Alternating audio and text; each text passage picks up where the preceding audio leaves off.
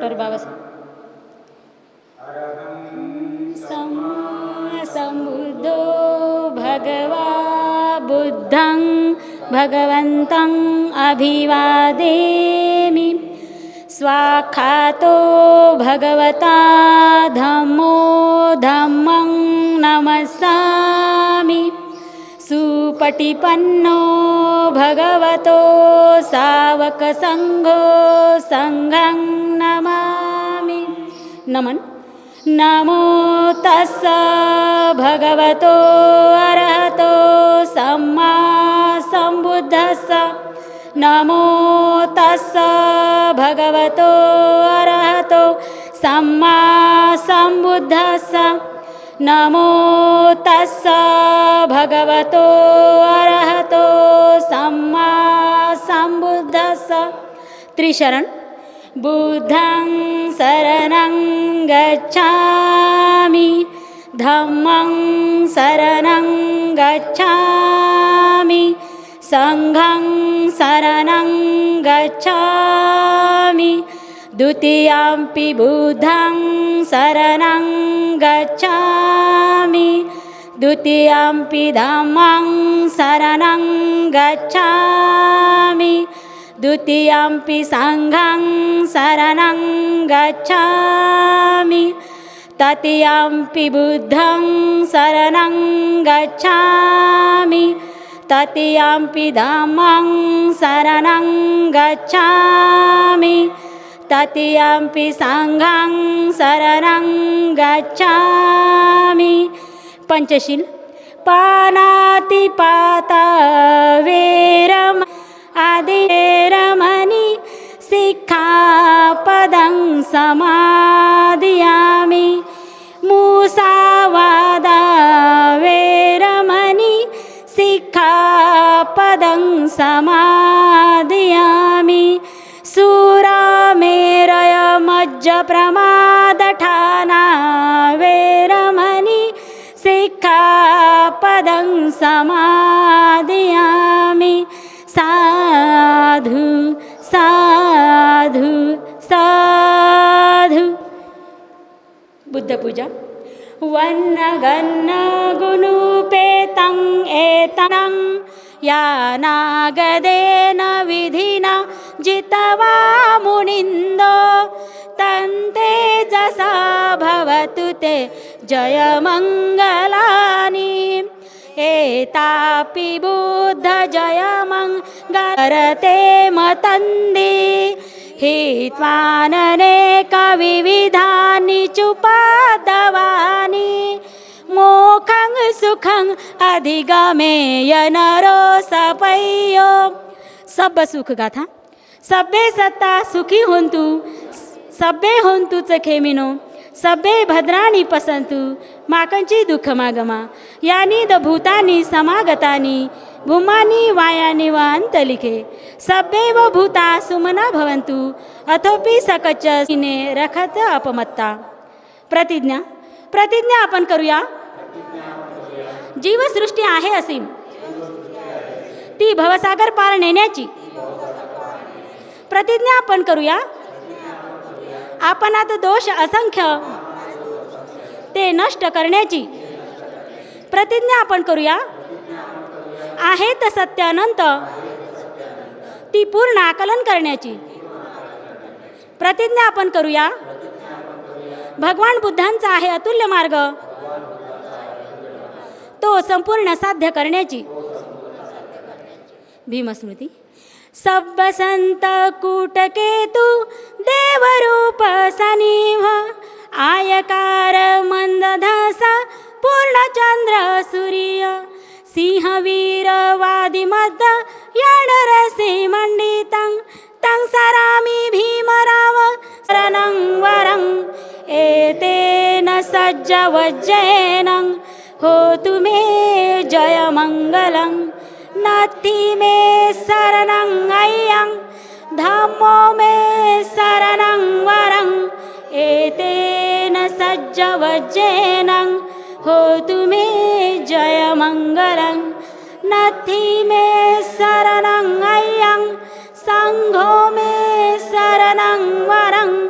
एतेन सज्जवज्जेन होतु मे जयमङ्गलं साधु साधु साधु बुद्धं नमामि धम्मं नमामि संघं नमामि जय भीम।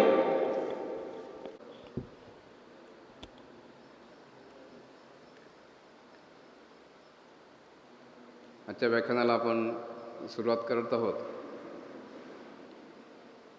आजच्या व्याख्यानमालेचे सन्माननीय अध्यक्ष महोदय आणि ह्या ऐतिहासिक प्रतिष्ठानचे ज्येष्ठ आजीव सदस्य तथा विशेष धम्मदानदाते ज्यांनी डॉक्टर बाबासाहेब आंबेडकरांची जी 23.5 फूट उंचीची डॉक्टर बाबासाहेब आंबेडकरांचा पुतळा हा या डॉक्टर बाबासाहेब आंबेडकर प्रबोधन भवनावर लावण्यात आलेला आहे। आदरणीय प्राध्यापक बारसाकडे सरांनी जसं आवाहन केलं होतं त्या आव्हानाला साथ देत 1 लाख रुपये त्यांनी विशेष धम्मदान दिलेलं आहे। असे त्यागी सन्मान्य सदस्य उल्हासजी मोहोड साहेबांना मी विनंती करतो त्यांनी आजच्या सभेचं अध्यक्षस्थान ग्रहण करावं। त्यानंतर आजचे सत्कारमूर्ती ह्या ऐतिहासिक प्रतिष्ठानचे आजीव सदस्य तथा धम्मदानदाते माजी सैनिक आणि सध्या शासकीय नोकरीमध्ये असलेले सेवारत असलेले सन्माननीय भास्करराव खडसे साहेब यांना मी विनंती करतो त्यांनी विचारमंचावर आपलं स्थान ग्रहण करावं। त्यानंतर सन्माननीय खडसेताई यांना मी विनंती करेन त्यांनीसुद्धा विचारमंचावर आपलं स्थान ग्रहण करावं।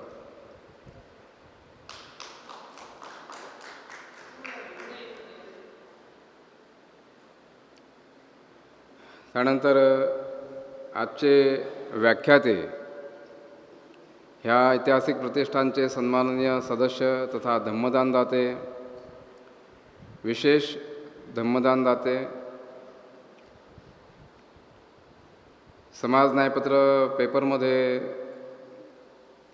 त्यांचं एक सदर सातत्यानं सुरू असणारे आणि सुभेदार Ramji Ambedkar Utkarsh urban credit cooperative सोसायटीचे सन्माननीय संचालक माजी पोलीस अधिकारी सन्माननीय PT इंगळे साहेब यांना मी विनंती करेन की त्यांनी विचारमंचावर आपलं स्थान ग्रहण करावं। सोबतच मी विनंती करतो सन्माननीय अरुणाताईंना त्यांनीसुद्धा विचारमंचावर आपलं स्थान ग्रहण करावं।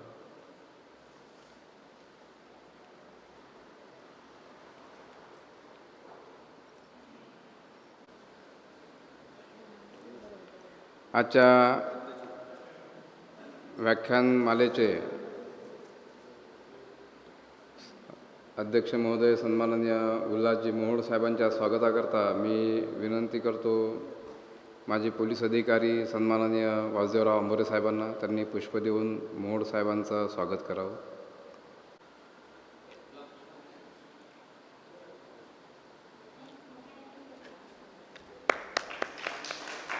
त्यानंतर विचारमंचावर विराजमान असलेले सन्माननीय खडसे साहेब यांच्या स्वागताकरता मी विनंती करतो सन्माननीय गणेशराव इंगळे साहेबांना।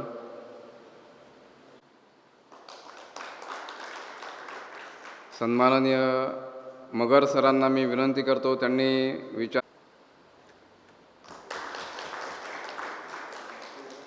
सन्माननीय विरघट साहेबांना मी विनंती करतो माजी पोलीस अधिकारी विरघट साहेब त्यांनी विचारमंचावर विराजमान असलेल्या खडसेताईंचं पुष्प देऊन स्वागत करावं।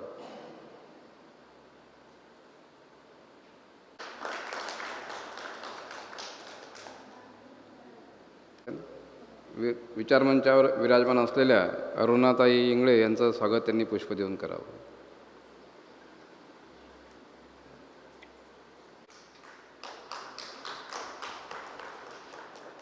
आदरणीय प्राध्यापक भारसाकडे सरांच्या स्वागताकरता मी विनंती करतो सन्माननीय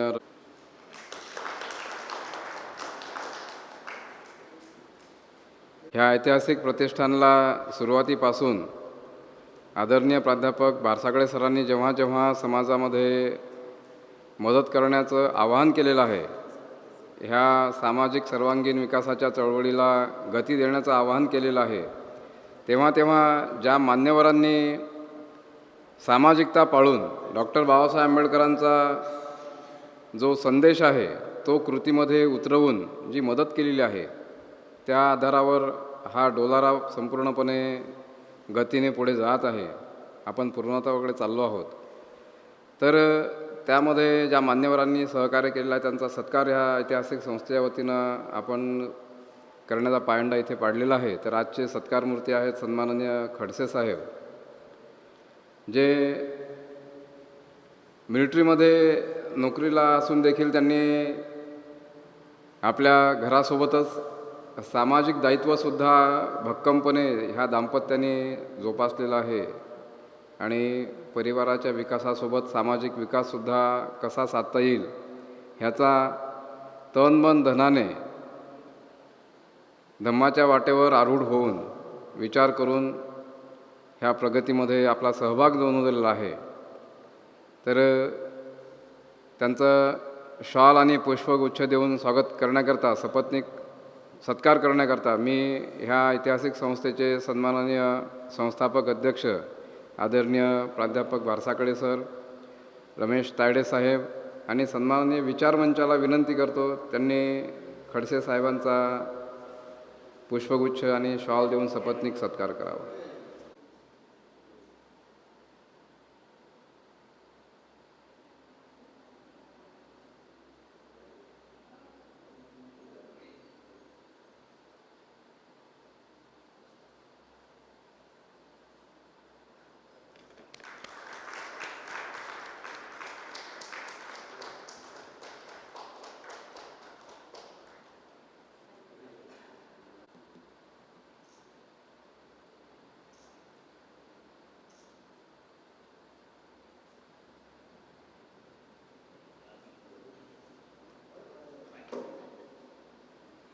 सन्माननीय खडसे साहेबांनी नेहमीसाठीच आपल्याला साथ दिलेली आहे. ह्या समाजोपयोगी प्रकल्प पूर्ण होण्याकरता आपलं नेहमीसाठीच त्यांनी प्रचार प्रसाराचं अविरतपणे काम केलेलं आहे आणि करतसुद्धा राहणार आहे. त्यांचा सार्थ अभिमान ह्या ऐतिहासिक संस्थेला आहे. ह्यानंतर पुढील सत्कार आपण करणार आहोत. आजचे व्याख्याते सन्माननीय माजी पोलीस अधिकारी पी.टी. इंगळे साहेबांचा. पी.टी. इंगळे साहेबांनी आपली पोलीसची नोकरी सांभाळून अतिशय दगदगीची ही नोकरी आहे, कसरत असणारी ही नोकरी आहे आणि ती सांभाळत आपला प्रपंचसुद्धा त्यांनी नीटनेटका सांभाळला. आमच्या ताईंनी त्यांना साथ दिली आणि तीनही मुलांना, 2 मुलं आणि 1 मुलगी उच्च विद्या विभूषित करून उच्च पदावर त्यांना नोकऱ्या मिळाल्या आणि समाजामध्ये एक आदर्श त्यांनी निर्माण केला. त्यांचा एक मुलगा अमेरिकेला आहे, एक बँकेमध्ये अधिकारी आहे, मुलगी बंगलोरला आहे. समाजाला सार्थ अभिमान वाटावा असं त्यांचं पोलीसची नोकरी सांभाळून तिथलं चांगल्या क्लास 1 पदावर ते असतानासुद्धा, सुपर क्लास 1 पदावर असताना कोणताही अभिमान गर्व जवळ येऊ न देता सर्वसामान्यासारखं नोकरीत असताना अधिकारी आणि नोकरीच्या बाहेर असताना एक सर्वसामान्य नागरिक म्हणून सामाजिक दायित्व त्यांनी निभावलेलं आहे, पार पाडलेलं आहे. ज्या ज्या पोलीस स्टेशनला त्यांनी आपली सेवा दिली तिथे तिथे त्यांनी डॉक्टर बाबासाहेब आंबेडकरांचा संदेश, डॉक्टर बाबासाहेब आंबेडकरांचं जे काही तत्त्वज्ञान आहे ते कृतीमध्ये उतरवून तिथे नवीन परंपरा सुरू केली, त्यागाची परंपरा सुरू केली, दानाची परंपरा सुरू केली. आपल्यासोबतच इतर त्यांच्या सहकाऱ्यांनासुद्धा त्याचं भागीदार बनवलं आणि एक नवीन पायंडा त्यांनी तिथे प्रस्थापित केला आणि ह्या ऐतिहासिक प्रतिष्ठानलासुद्धा त्यांच्या रिटायरमेंटच्या आधीसुद्धा आणि नंतरही संपूर्णपणे आपली सेवा ज्या पद्धतीने त्यांना देता येईल त्या पद्धतीने त्यांनी इथे दिलेली आहे. तर मी सन्माननीय आदरणीय प्राध्यापक भारसाकडे सरांना, तायडे साहेबांना, परत विचारमंचाला सन्मान्य तायडे मॅडम यांना विनंती करेन की त्यांनी आजचे व्याख्याते माजी पोलीस अधिकारी सन्माननीय पी.टी. इंगळे साहेब आणि अरुणाताई यांचा शॉल आणि पुष्पगुच्छ देऊन सत्कार करावा. ती पद्धतच आहे आता व्याख्यात्याचा सत्कार.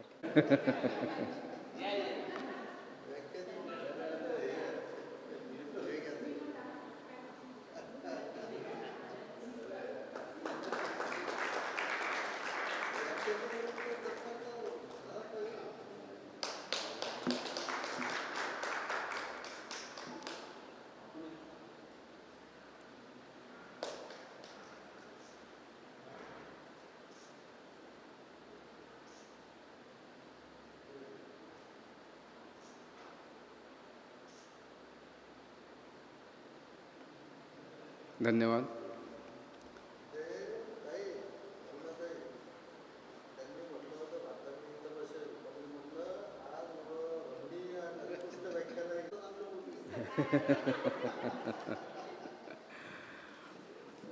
आपण आजचे सत्कारमूर्ती सन्माननीय भास्कररावजी खडसे साहेब यांचं मनोगत ऐकूया. मी खडसे साहेबांना विनंती करतो त्यांनी आजच्या ह्या मंगल प्रसंगी आपले विचार व्यक्त करावे.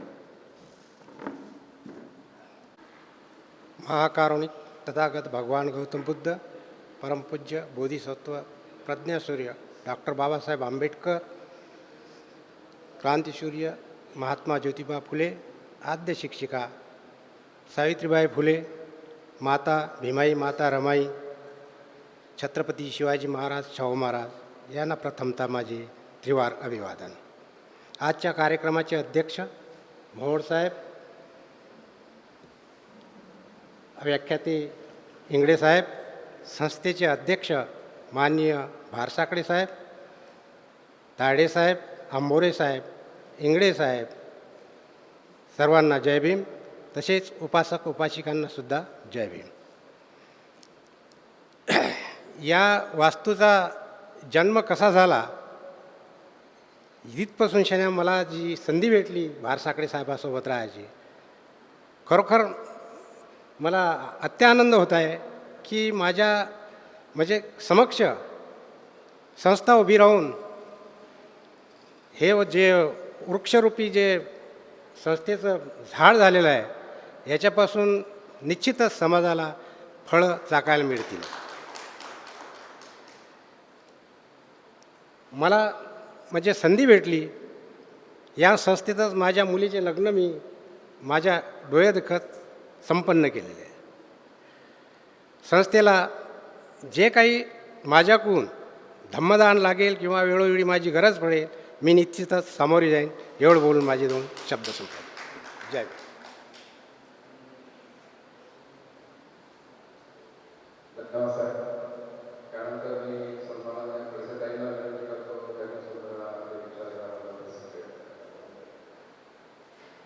आणि इथे उपस्थित उपासिक उपासकांना जय भीम करते. आणि इथे आम्हाला जे बोलून आमचा सत्कार केला त्याबद्दल सगळ्यांची मी आभारी. जय भीम.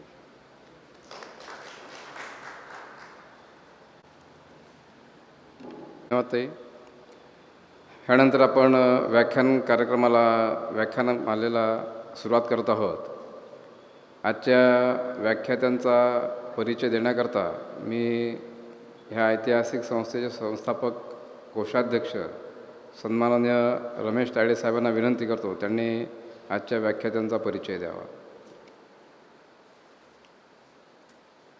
विश्वाला शांतीचा संदेश देणारे तथागत भगवान गौतम बुद्ध, भारतरत्न बोधिसत्व परमपूज्य डॉक्टर बाबासाहेब आंबेडकर, क्रांतिसूर्य महात्मा ज्योतिराव फुले, क्रांतिज्योती सावित्रीबाई फुले, शाहू महाराज, संत कबीर, चक्रवर्ती राजा सम्राट अशोक, माता रमाई, माता भीमाई या सर्व परिवर्तनवादी महामानवांना मी त्रिवार वंदन करतो. डॉक्टर बाबासाहेब आंबेडकर बहुउद्देशीय उत्कर्ष प्रतिष्ठान या ऐतिहासिक संस्थेच्या बुद्ध धम्म संस्कार सभागृहामध्ये दर रविवारी बुद्धवंदना, व्याख्यान आणि संस्कार असा तिहेरी कार्यक्रम आपण अनेक दिवसापासून या ठिकाणी संपन्न करीत आहोत. त्या कार्यक्रमाचे अध्यक्ष शाहीर सामाजिक कार्यकर्ते, धम्मदानदाते माननीय उल्हासजी मोहोळ साहेब,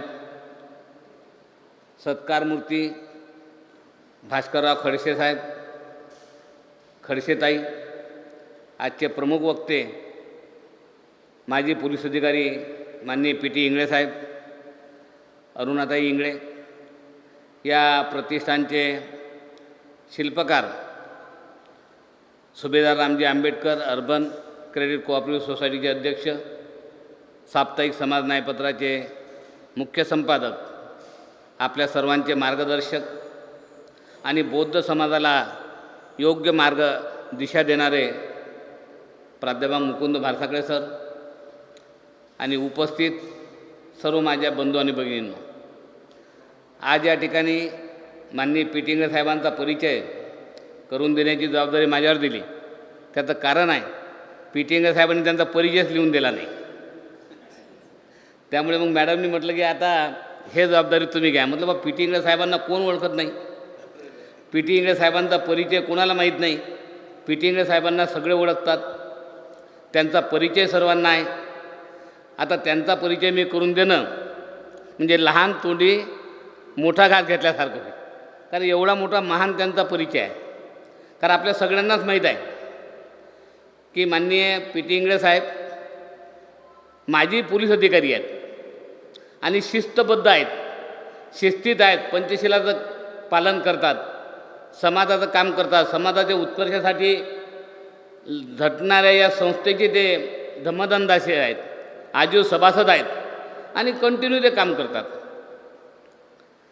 त्यामुळे त्यांचा परिचय हा एवढा मोठा परिचय आहे की मलासुद्धा असं वाटतं की कितीही जरी सांगितलं तरी तो थोडा आहे. आताच तुषार कुमारांनी त्यांच्या परिचयाबद्दल आपल्या संचलनामधून सांगितलं की त्यांचे तीनही मुलं, मुलगा अमेरिकेला, दुसरा मुलगा जळगावला भारतीय स्टेट बँकेमध्ये ऑफिसर आहेत. माननीय पी.टी. इंगळे साहेब उत्कृष्ट शेतकरी आहेत, उत्कृष्ट गायक आहेत, उत्कृष्ट शिस्तप्रिय अधिकारी आहेत. कारण पोलीस दलातील अधिकारी एवढे चांगले असतील असं मला काही असं वाटत नाही. पण त्या लाखातून पी.टी. इंगळे साहेब एक आहेत. कारण ज्यांना समाजाची जाण आहे, ज्यांना बुद्धांचा विचार माहीत आहे, ज्यांना बाबासाहेबांचा विचार माहीत आहे, बौद्ध समाजाचं कल्याण झालं पाहिजे त्याच्या रोमारोमात आहे, रक्तारक्तात आहे तुम्हाला सांगतो. आणि या वयातसुद्धा त्यांना व्यायामाची आवड आहे.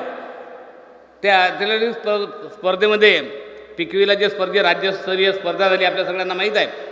आपण त्यांचं स्वागतही केलेलं आहे की त्यांचा दुसरा नंबर आला. आता मला वाटतं अमेरिकेतसुद्धा ते त्या स्पर्धेसाठी जाणार आहेत, तिथंसुद्धा त्यांचा नंबर येणार आहे.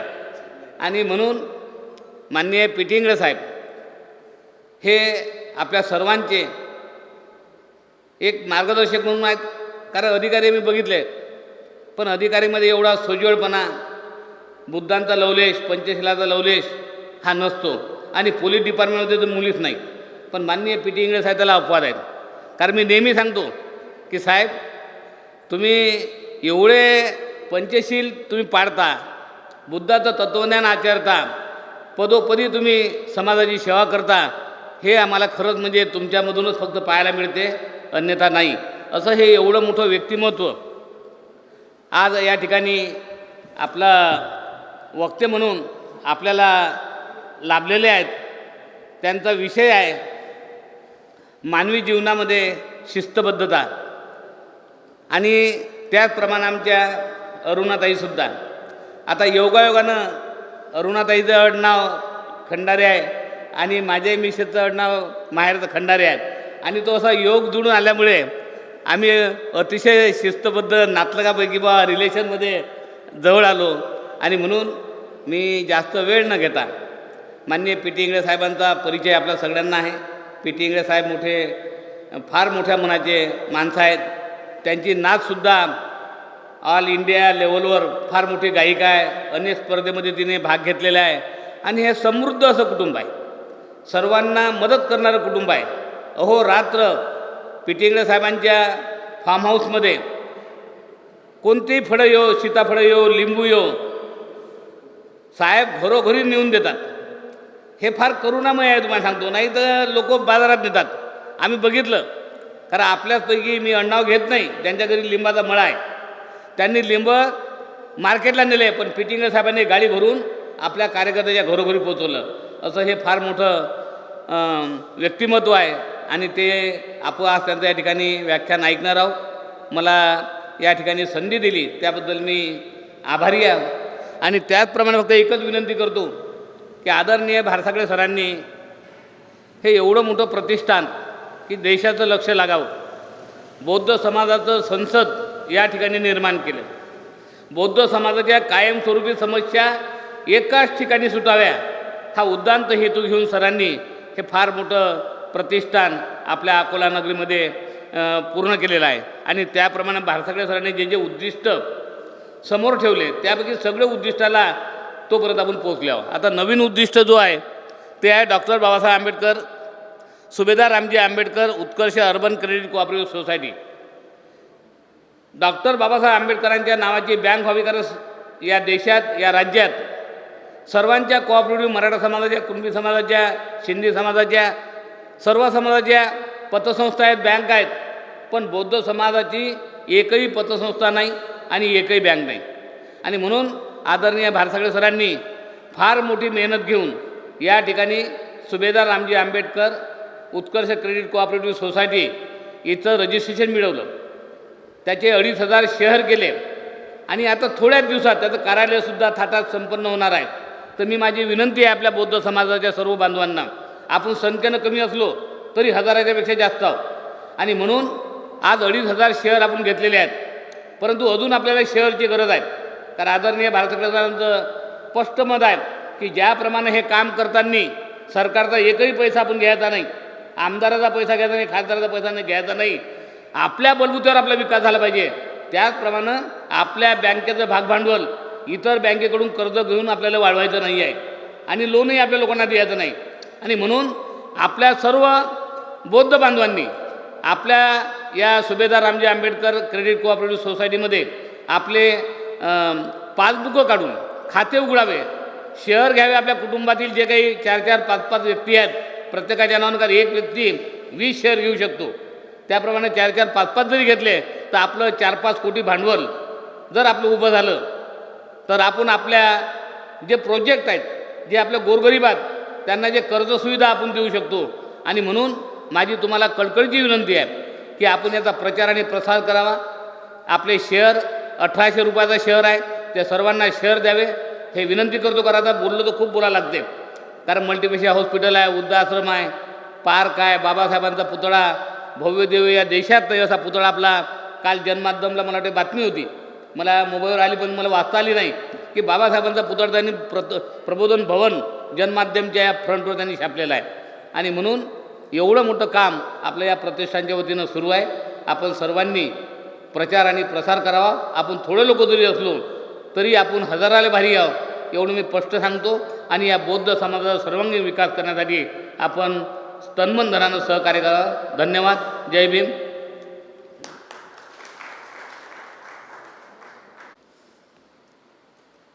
तथागत भगवान गौतम बुद्ध, बोधिसत्व, विश्वभूषण, भारतरत्न, घटनाकार, महामानव, परमपूज्य डॉक्टर बाबासाहेब आंबेडकर,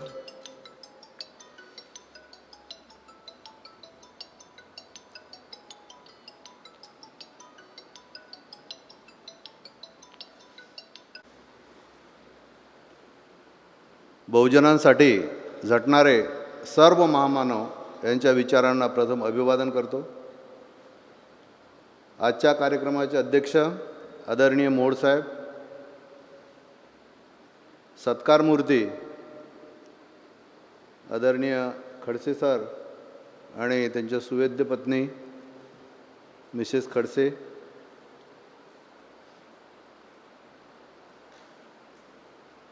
उपस्थित डॉक्टर बाबासाहेब आंबेडकर बहुउद्देशीय उत्कर्ष प्रतिष्ठानचे अध्यक्ष आदरणीय भारसाकडे सर, आदरणीय तायडे सर, तुषार खंडेराव आणि सर्व उपस्थित उपासक उपासिका यांना माझा सर्वांना जय भीम. आजचा विषय आहे सर, आजच्या विषयावर वळू आपण आता. सामाजिक शिस्त म्हणजे शिस्त आणि सामाजिक सुरक्षितता. आता शिस्त आमचा मिलिटरीवाले खडसे साहेबांना माहीत आहे आणि सर्वांनाच माहीत आहे आणि सर्वांनाच माहीत असणं अत्यंत आवश्यक आहे. शिस्तीची काही व्याख्या अशी नाही आहे की बा असं असं केलं म्हणजे शिस्त होते.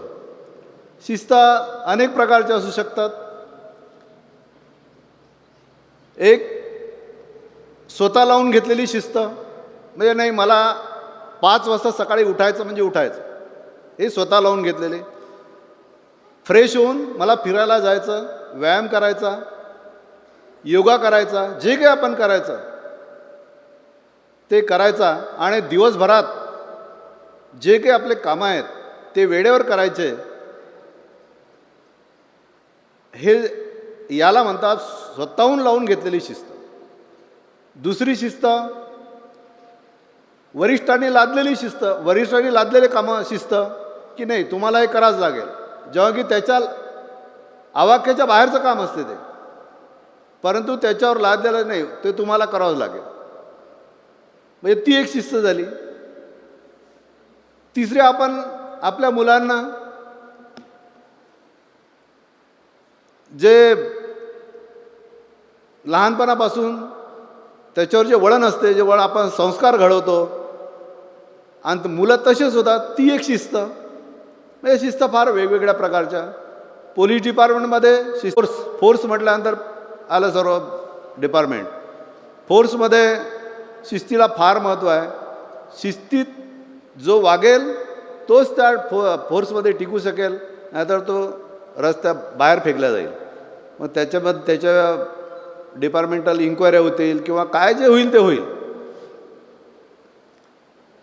दैनंदिन जीवनामध्ये आपण जे काही काम करतो त्याला चांगलं करण्याकरता, मन लावून करण्याकरता आपल्याला शिस्तीत राहणं अत्यंत आवश्यक आहे.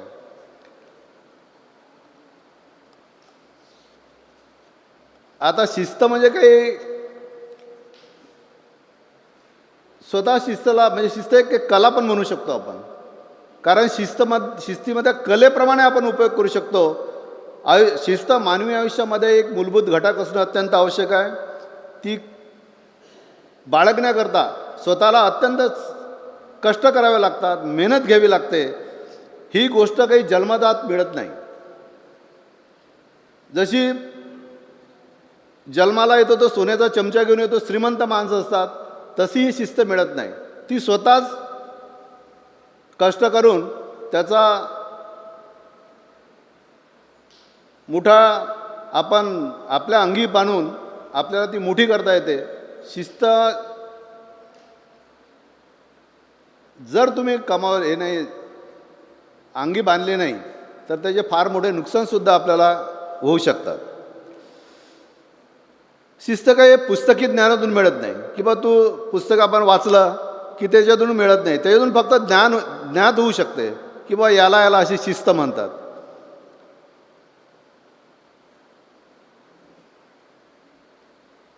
त्याच्यामधूनच शिस्तीमधूनच आपण कसं राहतो, आपलं राहणीमान कसं आहे, आपली चालण्याची पद्धत आहे, हे सर्व समोरच्या माणसाला म्हणजे जे दिसते ते शिस्तीमधूनच दिसते. कारण एक वेळा शिस्त अंगी बांधली म्हणजे त्याच्या सर्व व्यवहारामध्ये त्याच्या चालण्याच्यामध्ये, बोलण्याच्या ढंगात, त्यांच्या राहणीमानामध्ये, त्यांच्या घरामध्ये हे सर्व दिसून येते.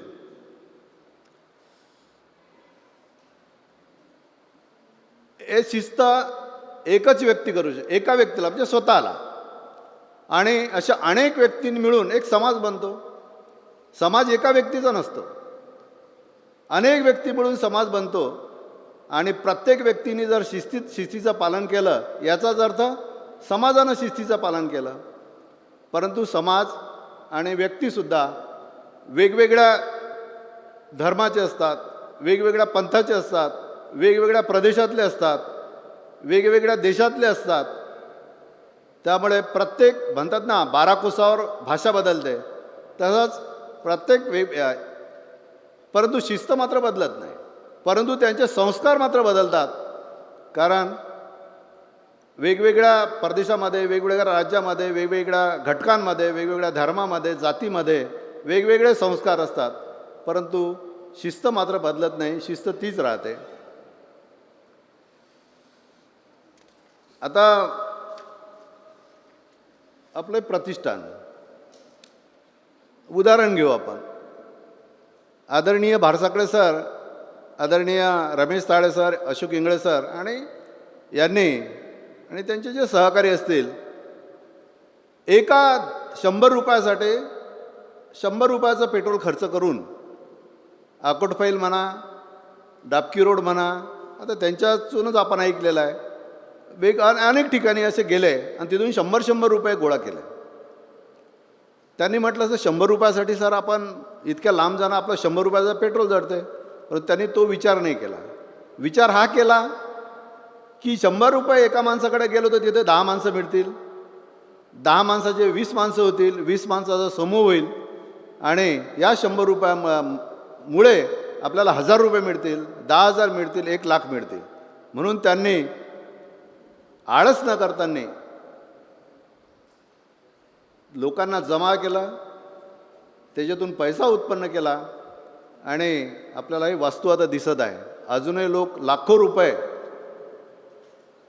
स्वतःहून आणून देतात. पहिले गेले, आता स्वतःहून आणून देतात.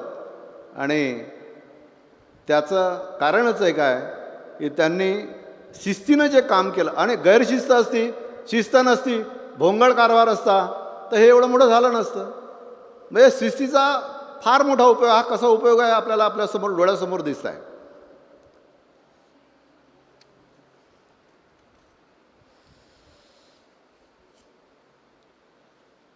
शिस्त आता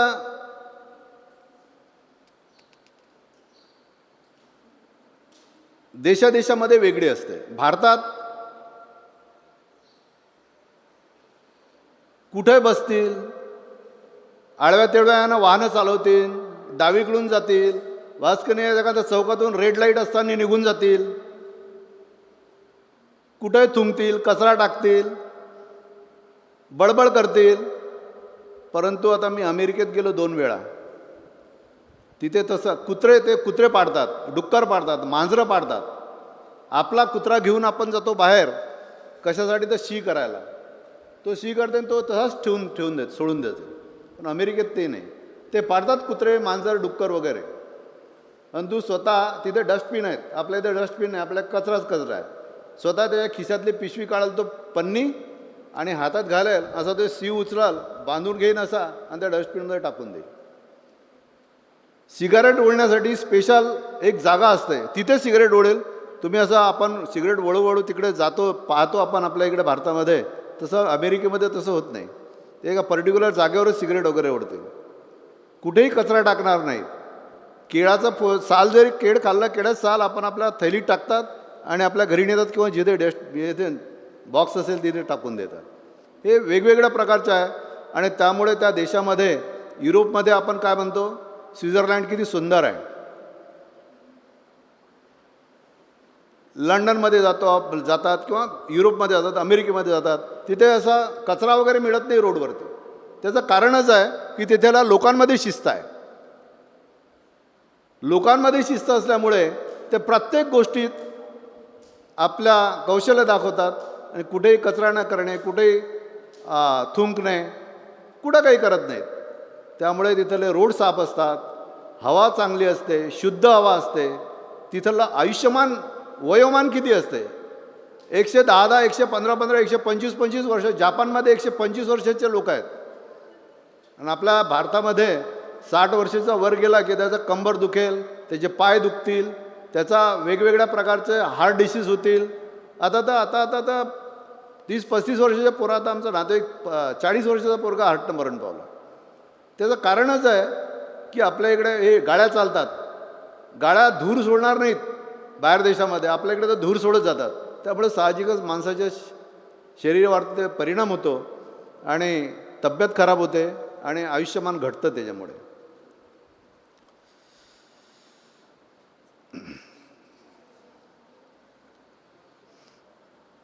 आता स्वतःची नियमावली बनवायला पाहिजे आपण, काय आहे काय नाही ते.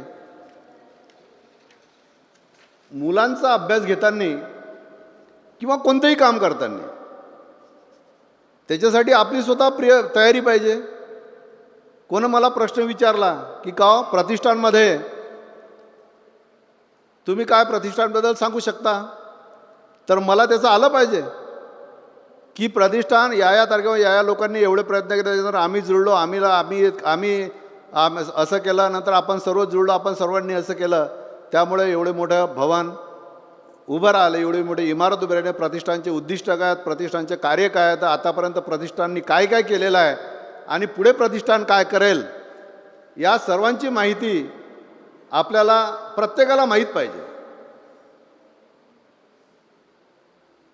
जर तो सांगेल, आता नेहमीच तायडे सर सांगतात ना, भारसागळे सर सांगतात ना, अशोक इंगळे सर सांगतात ना, मग आपल्याला काय आवश्यकता आहे? तुषार सांगतो ना, मग आपल्याला काय आवश्यकता आहे? नाही. हे प्रत्येक सभासदाचं कर्तव्य आहे प्रतिष्ठानच्या की त्यांनी प्रतिष्ठानमध्ये काय चाललं आहे, काय होणार आहे, काय काय योजना आहेत, काय काय कल्पना आहेत, हे सर्व सांगता आलं पाहिजे. हा एक तो स्वतःही त्याच्यामध्ये इन्व्हॉल्व होणं म्हणजे हा शिस्तच आहे ते.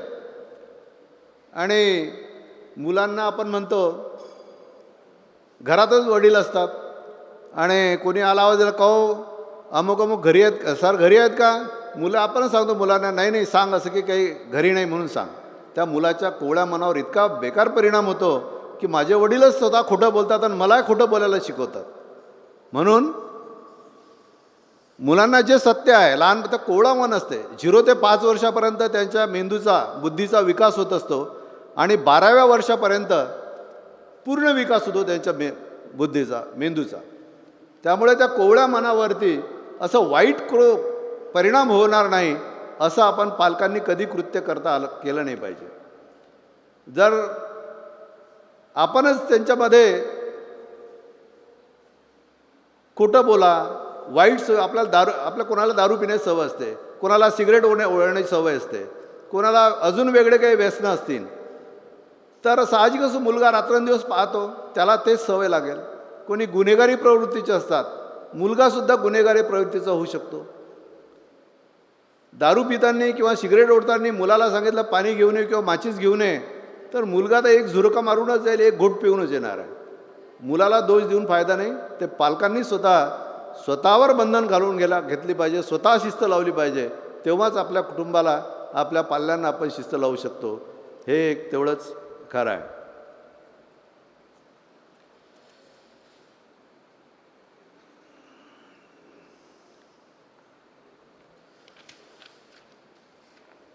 शिस्तीमध्ये काय व्यक्तिगत आयुष्याचं काय बदल होऊ शकतो, तर मी सांगितलंच तुम्हाला, हे माझं पर्सनल मत मी सांगितलं की शिस्तीमुळे स्वतःच्या आयुष्यात काय बदल घडू शकतो. जर तुम्ही शिस्तीचं पालन नाही केलं तर तुम्ही कधीच सक्सेस होणार नाही कोणत्याही गोष्टीचं. त्यात तुम्हाला अनेक अडथळे येतील, तुम्ही सक्सेस होणार नाही. पण शिस्तीनं जर कोणतं काम केलं तर तुम्हाला यश तुमच्याकडून कोणीही हिरावून घेऊ शकणार नाही. यश तुमच्या हाती आहे. अनेक वेळा तुम्हाला अपयश येईल, त्याच्यामध्ये अनेक वेळा येईल अपयश, परंतु एक वेळ अशी येईल की तुम्हाला यश येईल आणि जग तुमच्याकडे त्या दृष्टीने पाहिल की माणूस असावा, व्यक्ती असावी तर अशी असावी. आता सैन्यामध्ये किंवा पोलीसमध्ये सांगतात तुम्हाला पेट्रोलिंगला जा आणि जे काही काम द्यायला असेल ते करा. ते सामूहिक काम असेल, व्यक्तिगत काम असेल, ते तुम्ही करायला पाहिजे. नाही केला तर तो शिस्तीचा भंग होतो, तुम्हाला शिक्षा होऊ शकते, तुम्हाला इन्क्वायरीला समोर जावं लागतं. परंतु डिपार्टमेंटमध्ये किंवा सैन्यामध्ये जेव्हा यश मिळते तेव्हा आता भारसाकडे सरांचं पुन्हा आलंच ते. भारसाकडे सर म्हणजे पहिलं हे सांगतो तुम्हाला, जो अधिकारी असतो ज्याच्या हाताखाली ज्याच्या नेतृत्वात ती कंपनी जाते किंवा टोळी जाते, ते यश आला तर त्या नेतृत्वानं स्वतः त्याचा उदो नाही करायला पाहिजेत किंवा त्याची म्हणजे मीच हे केलं असं नाही म्हणायला पाहिजे. ते सामूहिक यश मिळवलं हे त्या जो म्हणेल तो यशस्वी पुरुष किंवा यशस्वी नेतृत्व असं म्हणावं लागेल. जसं भारसाकडे सरांचं आहे. भारसाकडे सर स्वतः कधी म्हणत नाही की मी हे केलं असं नाही म्हणत. आपण केलं आहे म्हणजे किती मोठी हे आहे ते. म्हणजे जे काही झालं ते आपण केलं आहे. अरे हे सर्व आपल्या लोकांचं आहे, आपलीच मेहनत आहे. परंतु लोकांना दिसतं काय आहे ते. तसंच नेतृत्व जे करेल त्याच्यावर त्याची जे मागे राहणारे लोक आहेत त्यांचं यशसुद्धा त्यांच्यावरच अवलंबून असते. परंतु सैन्यामध्ये किंवा डिपार्टमेंटमध्ये जर अपयश आलं तर मात्र अपयशची जबाबदारी स्वतः घेतली पाहिजे. हा एक शिस्तीचा फार मोठा भाग आहे.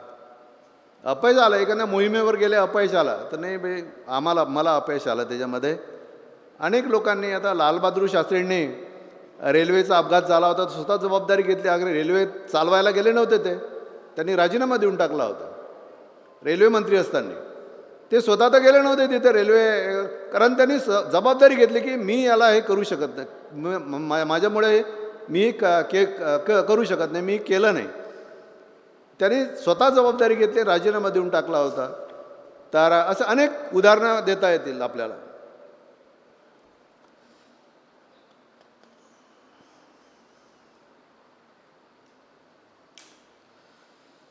आता एक इंग्रजीमध्ये चांगलं वाक्य आहे, you don't get the second chance to make your first impression. म्हणजे तुम्हाला तुमची पहिली छाप पाडण्याची दुसरी संधी मिळणारच नाही, दुसरी संधी नाही मिळणार तुम्हाला. एक संधी मिळाली त्या संधीचं तुम्ही सोनं केलं पाहिजे. वारंवार संध्या येतात परंतु त्याला काही अर्थ नाही आहे. पहिल्या संधीमध्ये जो समजा त्याचं चित करेल किंवा त्याची संधीचं सोनं करेल तो जिंकला किंवा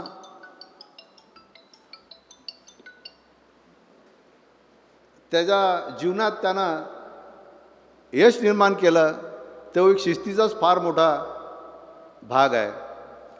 मित्रांनो, शिस्त अंगी बांधण्याकरता अपार कष्ट करावं लागतात, अपमान सहन करावा लागतो.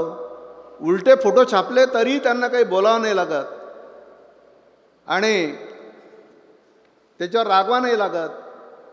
त्याचा सर्व काही त्रास आहे तो सहन करून घ्यावा लागतो.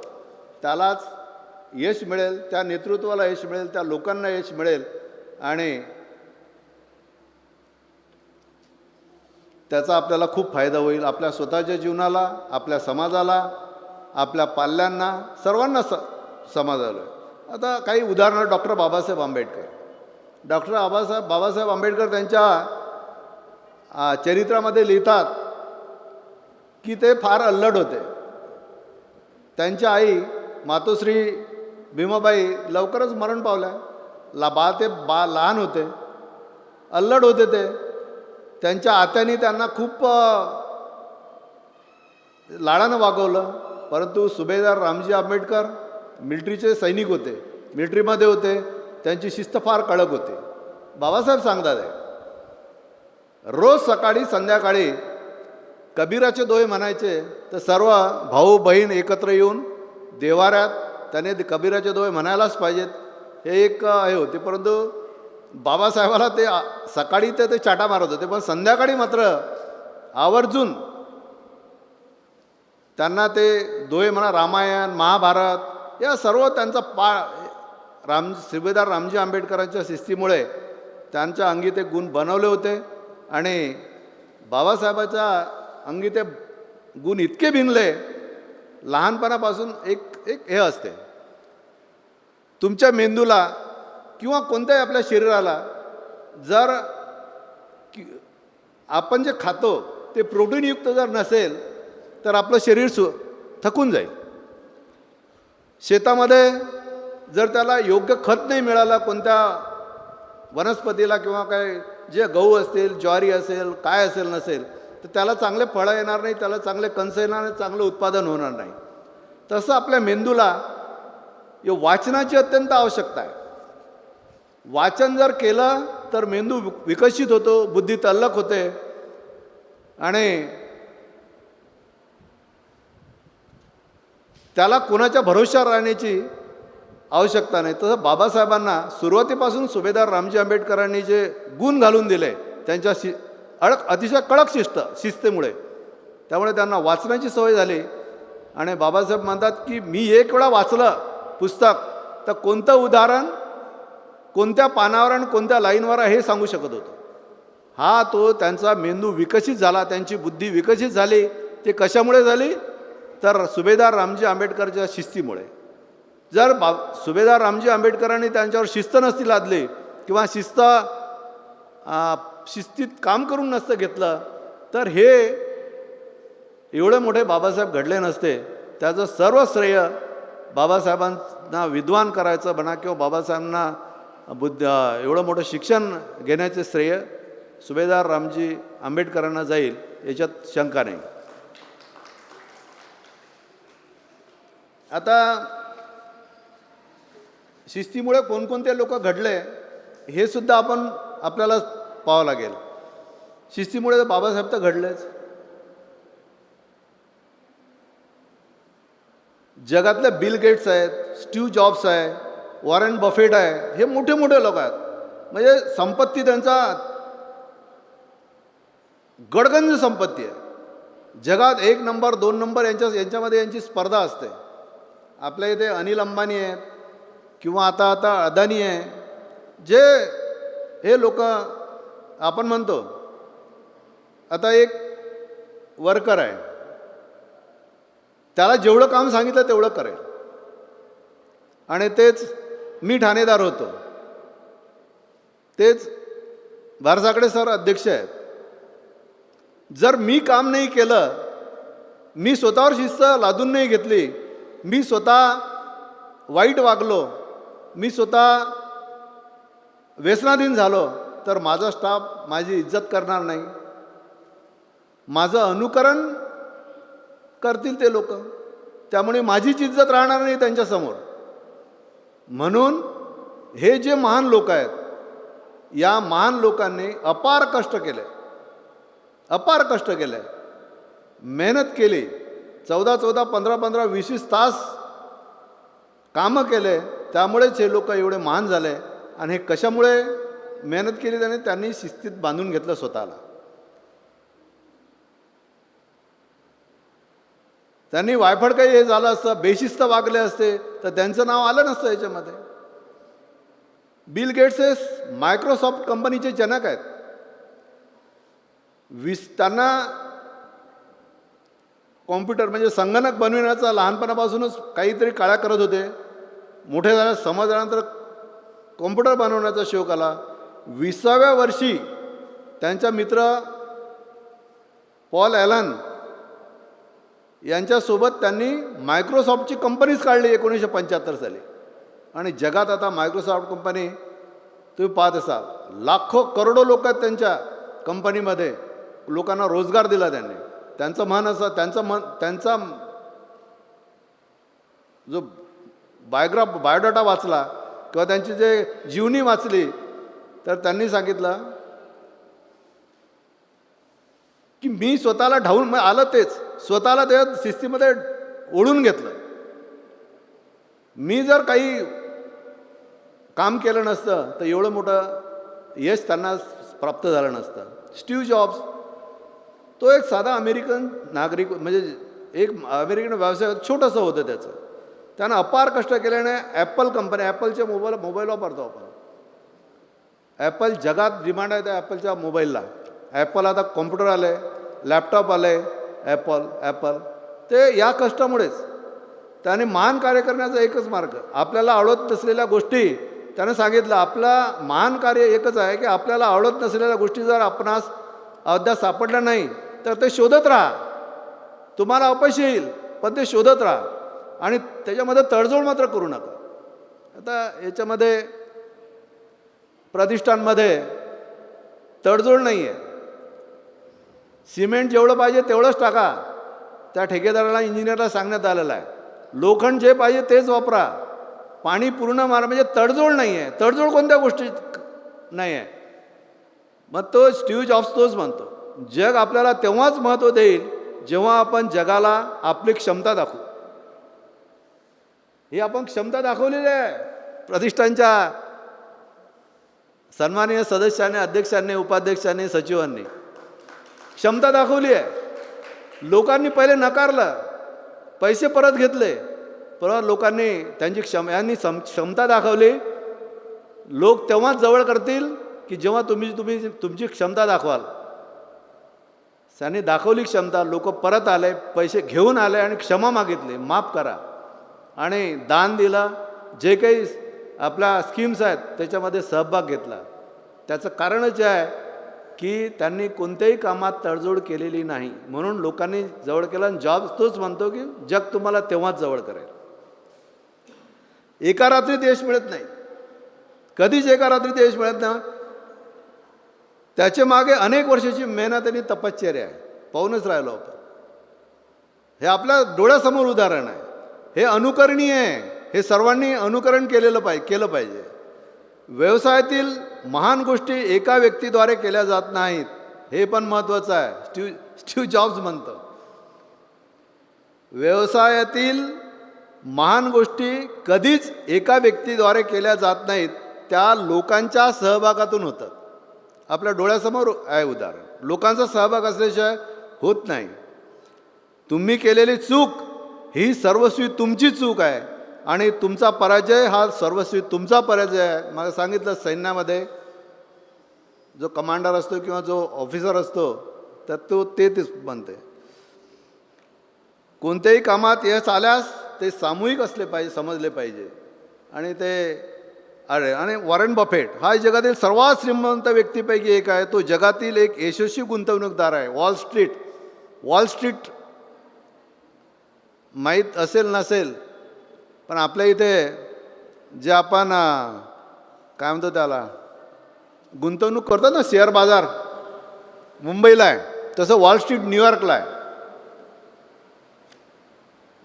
त्याच्यामध्ये त्यानं हेरलं की बा कशामध्ये, कोणत्या शेअर्समध्ये पैसे लॉंग म्हणजे हे करायचे आणि कोणत्यामध्ये कमी गुंतवणूक करायची.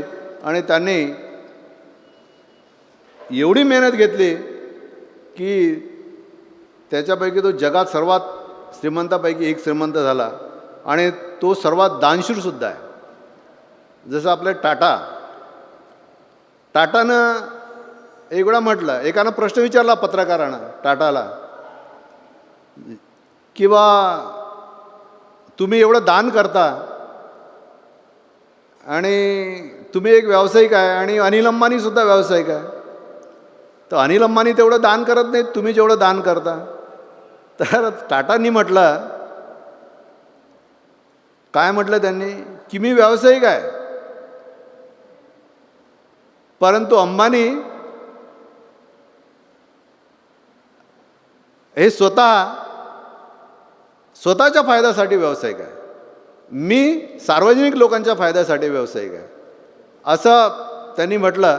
त्याचं तेच आहे की दानशूर व्यक्ती तो जॉब्स आहे. तो विविधता आपली संपत्ती वाचू शकते, परंतु केंद्र लक्षित केल्याने आपली संपत्ती मिळते. वेगवेगळ्या प्रकारची विविधता असते. ते वाचू शकतो आपण. पण लक्ष केंद्रित केल्यानं मात्र आपली संपत्ती आपली मिळू शकतो आपण. म्हणजे असं पुष्कळ आहे तसे. स्वतःमध्ये केलेली गुंतवणूक, अजून एक आहे, स्वतःमध्ये केलेली गुंतवणूक भविष्य ही सर्वात महत्त्वाची गुंतवणूक आहे. म्हणजे आलं तेच, स्वतः शिस्तबद्ध व्हा, स्वतः म्हणजे त्याच्यामध्ये शिस्त बांधून घ्या तुम्ही. ती सर्वात महत्त्वाची गुंतवणूक मानली जाते. आज जर तुम्ही आवश्यक नसलेल्या वस्तू खरेदी कराल, काही कारण नाही, बेशिस्तपणे जे दिसली वस्तू घे, जे दिसली घे, उद्या तुम्हाला तुमची आवडती वस्तू विकावी लागेल. शेवटचा पर्याय आहे तो. तुमची आवडती जी वस्तू आहे ती वस्तू तुम्हाला विकावी लागेल, कारण तुम्ही शिस्तबद्ध तुम्ही कामच नाही केलं. जे आवश्यक आहे ते सोडून द्याला, अनावश्यक वस्तू घेत बसला. उद्या आणि तुमचा मग त्याच्या मागे खर्च वाढेल, तुमचा पुष्कळ काही तुमच्यामध्ये व्यंग येतील. तुमची स्वतःची म्हणजे आवडती वस्तू विकल्या जाईल तेव्हा तुम्ही फार नाराज व्हाल. तुम्ही वैफल्यग्रस्तसुद्धा होऊ शकता. एवढा शिस्तीचा फार मोठा परिणाम होऊ शकतो तुमच्यावरती. आता तुम्हाला शिस्त स्वतःवर कशी काय लादून घ्यायची ते सांगितलं आहे. सकाळी लवकर उठणे, पुरेशी झोप जरी चांगल्या आरोग्यासाठी असली तरी पुरेशी झोपीची एक सीमा असते. आता आपण एखाद्याच्या कोणाच्या घरी गेलो तर बेडरूममध्ये किंवा त्या हॉलमध्ये लहान घर असेल तर एक पोरगा झोपलेला असते. आपण जातो 10 वाजता, पोरगा झोपलेला असते, अरे उठ उठ उठ पाहुणे आले, तो पुन्हा जातो आणि दुसऱ्या बेडरूममध्ये झोपून जातो. त्याला सीमा नाही म्हणत. त्याला सीमा म्हणजे सकाळी लवकर उठणे. तुम्ही 2 वाजता जरी झोपल्या रात्री तर 5-6 वाजेपर्यंत तुम्हाला उठायलाच पाहिजे. म्हणजे स्वतःची बांधून घ्यायला पाहिजे. आणि एक वेळा तुम्ही कोणतंही काम उशिरा झालं की दिवसभर तुमचा तो बेकार जातो, दिवस बेकार जातो. लग्न वेळेवर नाही लागलं तर जेवण वेळेवर होत नाही, वेळेवर नाही झाला गर्दी होते, लोक एकमेकाच्या अंगावर पडतात, मग पट्टा तुटतो, मग पुन्हा धावपळ होते. म्हणजे ह्या ज्या गोष्टी आहेत ह्या गोष्टी होत राहतात. त्याला एक शिस्तच जबाबदार आहे. शिस्तीमध्ये राहिले, शिस्तीमध्ये जर तुम्ही प्रत्येक काम केलं तर तुमचा पूर्ण दिवस एकदम चांगला जाईल. तुम्ही उत्साहात राहाल, तुमचा चेहऱ्यावर आनंद दिसून येईल, तुमच्या चेहऱ्यावर तेज राहील. हे एका शिस्तीचा परिणाम आहे.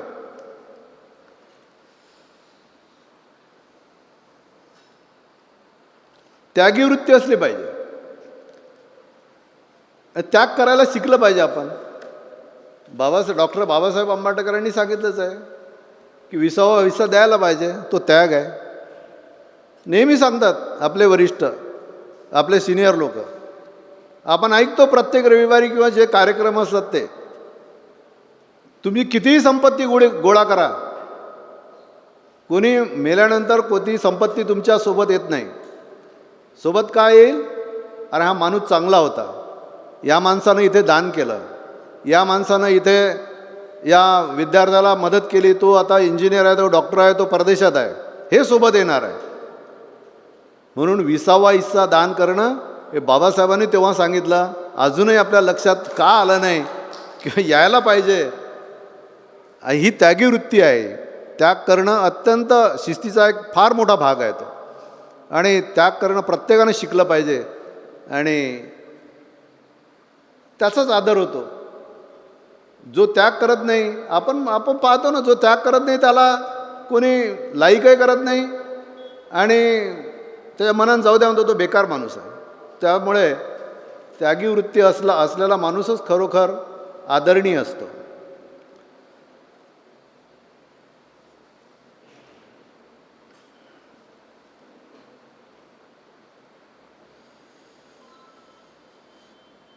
आपले एक आहार तज्ज्ञ आहेत डॉक्टर दीक्षित म्हणून, पुण्याचे. त्यांनी 45-45-45 चा एक फॉर्म्युला सांगितला. पर्टिक्युलर जे 35 ते 40 वर्षाच्या वयोगटाच्या वर असतील त्यांच्यासाठी हा विशेष महत्त्वाचा आहे. आणि 45 म्हणजे काय? सकाळचे 45 मिनिट आपण व्यायाम करायला पाहिजे, योगा करायला पाहिजे. तुम्ही जो काही व्यायाम कराल, जो काही योगा कराल, त्यामुळे तुमच्या त्या 45 मिनिटामुळे तुमचा दिवस, तुमचं शरीर चांगलं राहील, तुमच्या शरीरामध्ये एनर्जी राहील. आणि त्या 45 मिनिटामुळे दुसरे 45 मिनिट, दुसरे आणि तिसरे जेवणाची वेळ ठरवून घ्यायची. आता आपल्या इथे तर वेळ नाही मिळत, परंतु 40-45 वयोगटातल्या वरच्या लोकांनी एक ठरवून दिलेली पाहिजे की 45 सकाळच्या, दुपारच्या आणि संध्याकाळचे ते जेवण घेतलंच पाहिजे ठराविक वेळेवरती. व्यायाम आणि दोन्ही टाईमचं जेवण हे 45 दीक्षितांचा फॉर्म्युला आहे. तो त्यांना म्हणतात की तुम्ही शिस्तीत जर वागले नाही या 45चा, तर निश्चित तुम्हाला काहीतरी दुष्परिणामाला सामोरे जावं लागेल. आणि दुष्परिणाम आणि हे जर फक्त 45-40 वर्षाच्या वरचे प्रत्येकाने केलं पाहिजे. प्रत्येकाने, तो लहान असो मोठा असो, सर्वांनी. आता आई आपल्या मुलाला मोबाईल देते, त्याचं कारण काय? तर मुलगा त्रास देते म्हणून आई मोबाईल देते. मोबाईल तो खेळत बसते आणि त्या मोबाईलचा एवढा नांदी लागतो की त्याचा अभ्यासाची वृत्ती निघून जाते, त्यांचे डोळे खराब होतात. तो नंतर आईवडिलांना ऐकत नाही. मोबाईल असल्याशिवाय मी जेवत नाही, मोबाईल असल्याशिवाय मी कोणतंही आंघोळ करत नाही. म्हणजे त्याची एक तरी वृत्ती बनून जाते आणि तो हट्टी होतो. म्हणजे त्याला शिस्त तुम्ही त्याला लावली नाही, तुम्ही त्या बेशिस्त तुम्ही स्वतःच केलं त्या मुलाला, आणि त्याला सर्व जबाबदार तुम्हीच आहात. आणि प्रत्येक गोष्टी माणसं बायावर ढकलून देतात किंवा ते आईनंच त्याला लावली सवय. परंतु वडिलांनी सुद्धा तेवढीच जबाबदारी आहे. आई तर करते ते तर बिचारी खरोखर म्हणजे फार एकदम तो महान व्यक्तिमत्व आहे. ती कोणती स्त्री असो, ती तर जबाबदारी स्वीकारतेच, परंतु वडिलांची सुद्धा ती जबाबदारी आहे. आणि प्रत्येक आईनं आपल्या मुलाला चॉकलेट खाऊ देऊ नये. हे छोटे प्रकार आहेत, परंतु फार आयुष्याला फार मोठे कामं पडतात. मुलांना चॉकलेट देऊ नये किंवा कोणता बाहेरचा पाहुणा आला, त्यानं पैसे दिले तर पटकन घेते. त्याला शिकवायचं की नाही, ते घ्यायचे नाही पैसे. काही बरोबर तोंडानंच मागतात. याचा अर्थ त्याच्या आईवडिलांचं त्याच्यावर बंधन नाही आहे. त्याला त्याच्या आईवडिलांनी शिस्त लावू नये. तोंडानं मागतात, बाबा मामा इथेच दुकान जवळ आहे देता काही. म्हणजे ह्या गोष्टी ज्या आहेत, ह्या तुम्ही शिस्त नाही लावल्या तुमच्या मुलांना. त्याला सर्वस्वी तुमच्या मुलांना बेजबाबदार करण्याचं एक तुम्ही पातकच म्हणा किंवा सर्वस्वी तुम्हीच जबाबदार आहात त्याला, पालक. हे छोट्या गोष्टी आहेत, परंतु त्या मुलाच्या आयुष्यावर फार मोठा दुष्परिणाम करतात ते.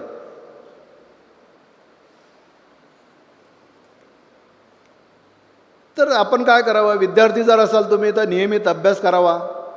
जर विद्यार्थी दशेतून पुढे गेले तर नियमित जो काम तुम्हाला दिलेलं आहे ते करायलाच पाहिजे. छोट्या गोष्टीपासून तुम्ही तुमच्या जीवनाची सुरुवात करू शकता. ती कशी?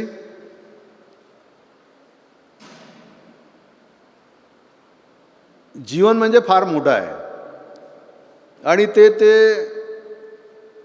आपण निष्क्रिय असलो तर आपण व्यर्थ गमावतो ते जीवन. म्हणून प्रत्येक माणसानं कोणत्या तरी एक म्हणा 2 म्हणा जे समूह असतात त्या समूहाशी जुळून घेतलं पाहिजे.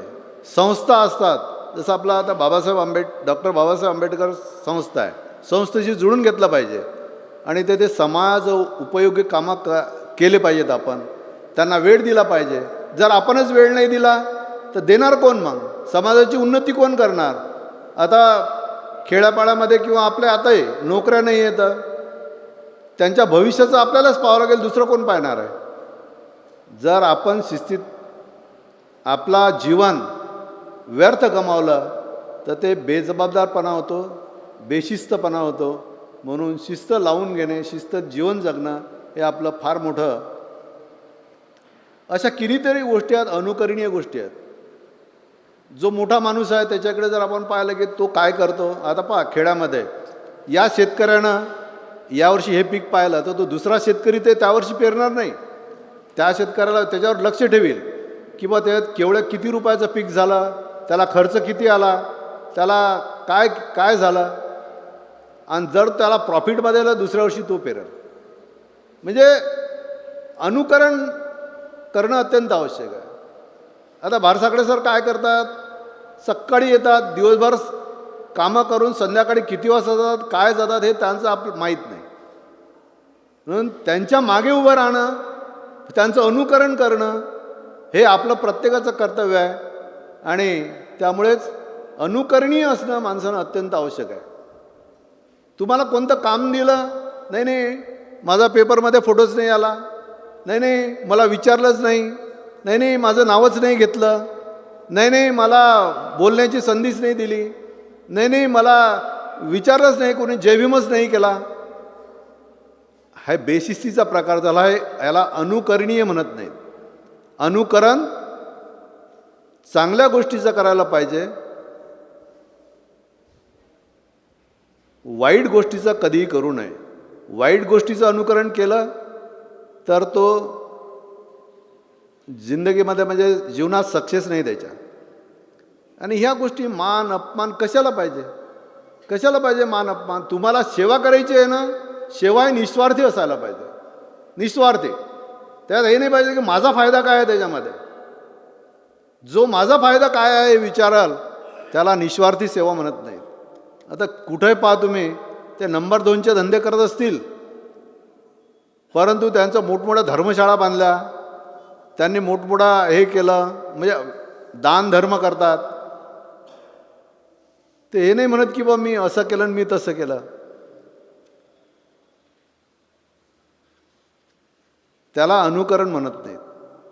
त्याला माणूस अनुकरणीय अत्यंत आवश्यक आहे. आणि चांगल्या गोष्टीचं अनुकरण करावं, तेव्हाच तुम्ही तुमच्या जीवनामध्ये सक्सेस व्हाल.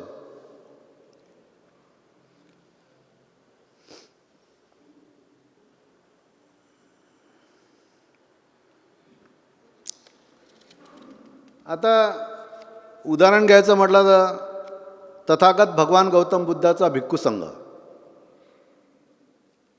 भिक्खू संघ तथागत बुद्धांच्या वेळेला बुद्ध भिक्षाटनाकरता जात होते किंवा कोणत्याही कार्यक्रमाकरता जात होते, तर असे गाई बैलाचा जे कळप असतो त्याच्याप्रमाणे नव्हते जात. आताही भिक्खू संघ जे जातात एका लाईनीनं जातात, एका लाईनीनं. ते किती मोठी लाईन असो, रांग असो, त्याला शिस्त म्हणतात. ते भगवान गौतम बुद्धांनी आणि त्यांच्या संघाने ते आपल्याला तो रस्ता आपल्याला दाखवून दिलेला आहे. आणि ते अनुकरण करायला पाहिजे आपण. दुसरी गोष्ट, मुंग्या एका लाईननं चालतात. ते इकडे तिकडे नाही जात, इकडे तिकडे गेला तरी ते बरोबर लाईन नाही जात. आपण एखाद्या वेळेस त्या मुंग्याच्या जे लाईन असते ते थोडंसं डिस्टर्ब करा, मुंग्या डिस्टर्ब होऊन जातील, परंतु थोड्याच वेळात लगेच तोच रस्ता पुन्हा सुरू करतील. म्हणजे तो किती शिस्त आहे त्याच्यामध्ये. मुका प्राणी आहे, म्हणजे त्यांना काही प्राणी म्हणजे काय ते म्हणजे आपण मुंगीसारखं चिरून टाकीन म्हणतो आपण, म्हणजे त्याला काही किंमत नाही म्हणू शकतो असं म्हणतात, म्हण आहे तशी. परंतु त्यांच्याकडून आपण आपल्याला शिक्षण म्हणजे शिकता येते. त्यांच्याकडून आपण शिस्त काय चीज आहे हे आपल्याला आपण शिकायला पाहिजे त्या गोष्टी. आता याचा समूहाला काय फायदा होतो, समाजाला काय फायदा होतो शिस्त जर आपण अंगी हे केली. कारण सांगितलं मी मगाशीच,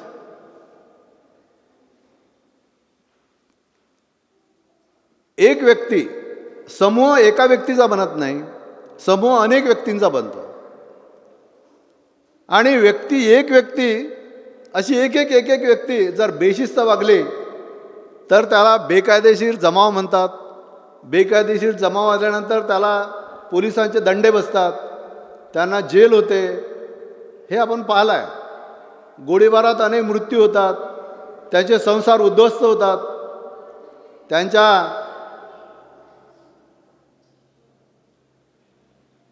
मागे खूप वाईट गोष्टी घडतात. ते जर प्रत्येक व्यक्तीने शिस्तीचं पालन केलं तर त्याचा प्रत्येक वेळ समूह बनतो आणि ते एक आदर्श समाज म्हणून त्याचं नाव लौकिकाला जाते. आदर्श समाज काय उन्नती करते हे आपण आदर्श जाऊ. सर्व आपण आदर्श जाऊ.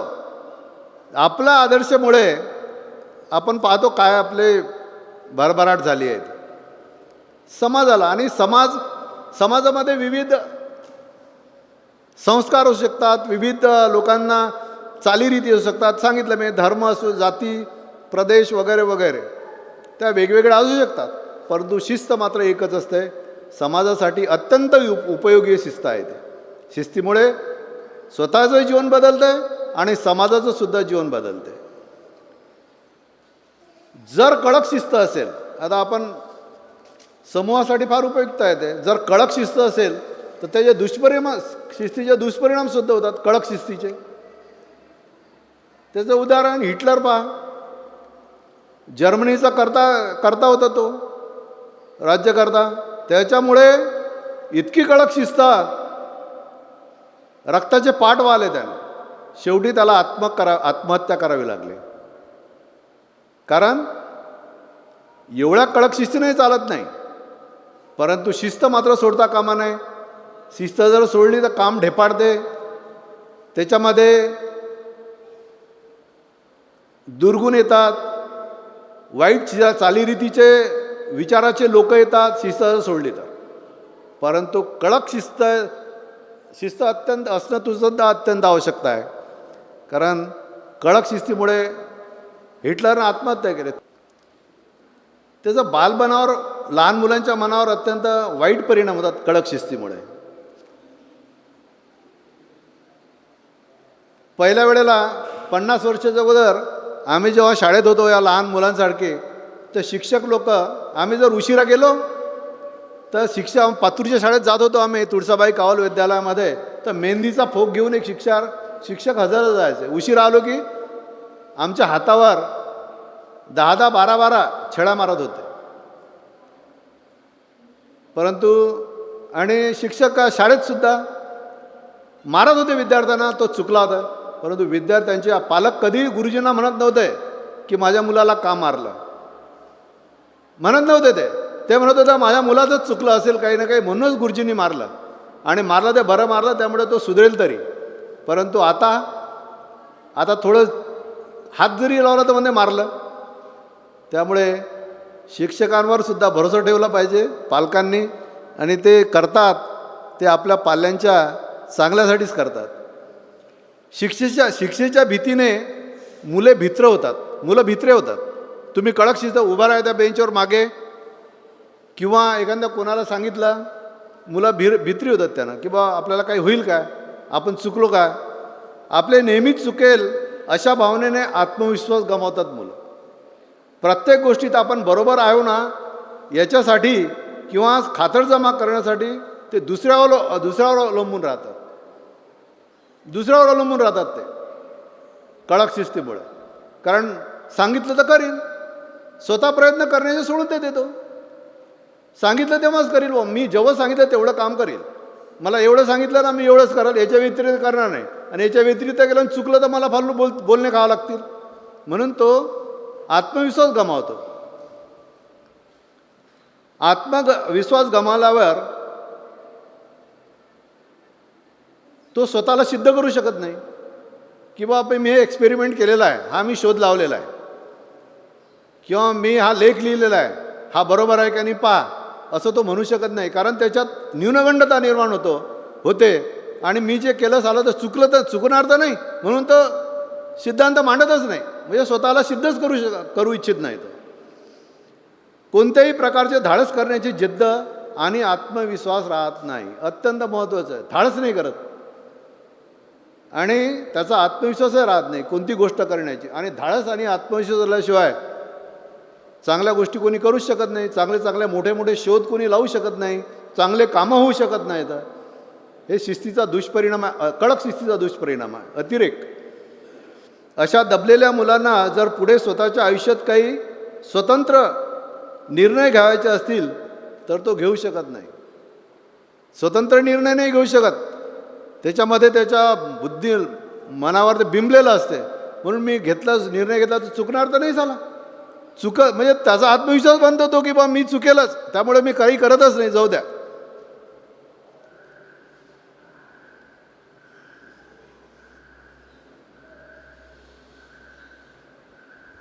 त्यांच्या कुटुंबामध्ये जर मारपीट होत असेल आईवडिलांची, वडील किंवा हे मारत असतील मुलांना,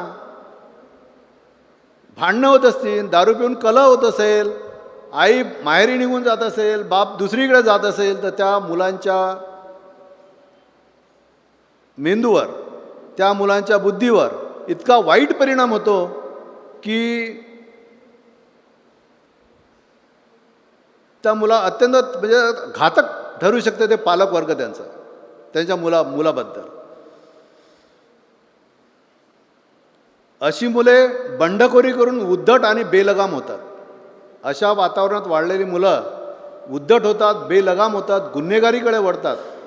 त्यांना आणण्यासाठी आता लहान मुलांना हे करण्याचं समाज कल्याणमार्फतच ते हे जो सुधारगृह असतात, बाल सुधारगृह, त्यांच्यात त्यांना टाकावं लागतं. एवढा मोठा भयंकर परिणाम होतो तो आपल्या वागण्यामुळे, बेशिस्त म्हणजे कडक शिस्तीमुळे. ते मानसिक रोगीसुद्धा होऊ शकतात. ना काही मुलं असे गुंग राहतात. त्याच्या मनावर फार मोठा आघात झालेला असतो कोणत्या तरी गोष्टीचा, कडक शिस्तीचा. त्यामुळे ते मानसिक रोगीसुद्धा होतं. आपसात वाद घालणे, मारहाण करणे, अपमान करणे, शारीरिक हिंसा करणे, कडक शिस्त मुलावर दबाव आणल्यास मुलं पालकापासून दूर होतात. अरे म्हणजे आईवडिलांसोबतच अरेरावी करतात. तुम्ही काय मला शिकवता, तुम्हीच ते करत नाही. या अनेक वेळा आपण पाहिलेला आहे. तर ह्या गोष्टी आणि असं जे लोक असतात अँटी सोशल होतात. ते समाजात राहत नाहीत. ते समाजाशी काही देणं घेणं नाही त्यांचं. कारण त्यांच्यावर आघात झालेला असा समाज काही करू शकत नाही, कोणीच काही करू शकत नाही असं त्यांचा दृढ निश्चय, आत्मविश्वास झालेला असतो. त्यामुळे अँटी सोशल होतात ते लोक. तर ह्या होत्या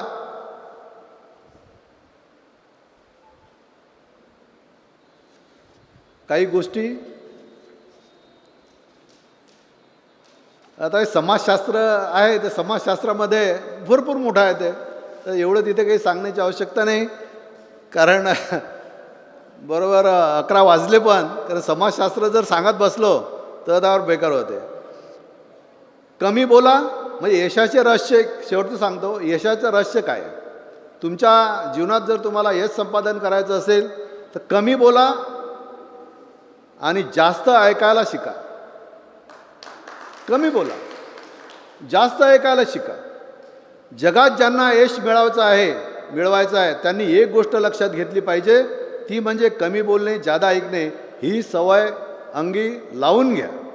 सध्याचा काळ असा आहे की कोणाच्या ऐकून म्हणजे घ्यायचंच नाही, कोणाचं ऐकूनच घ्यायचं नाही. तो आपलेच म्हणणे खरं आहे. अशा जगात त्यांना यश मिळवायचं आहे, त्यांनी एक गोष्ट लक्षात घेतली पाहिजे, ती म्हणजे कमी बोलणं आणि जास्त ऐकणं. एकदा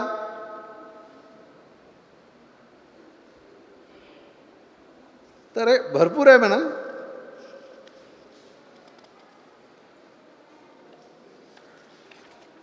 तर ह्या होता माझ्याकडे दिलेला जो भरपूर आहे, पण ते एवढं काही आवश्यक नाही. आणि तेवढा आहे आवश्यक सर्वच आहे, परंतु वेळ झालेला आहे.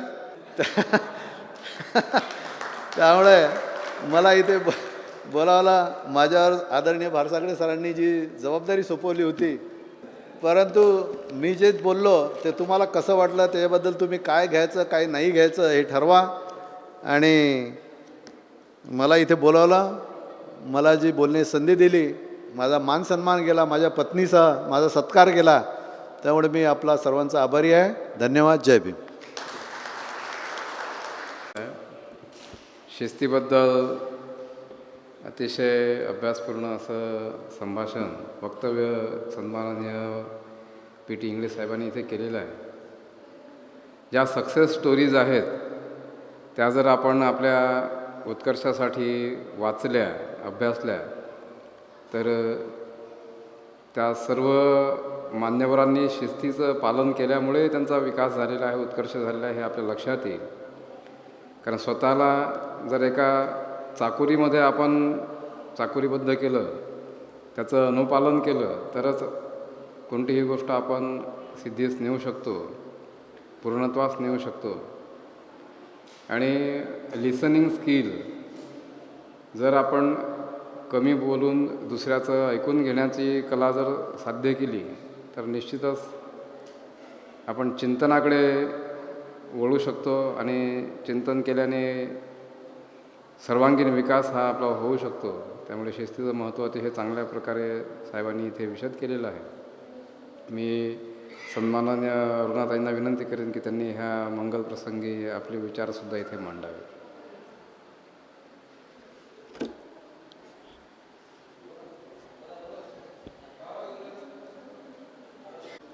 इथे असलेले उपासक आणि उपासिका यांना माझा जय भीम.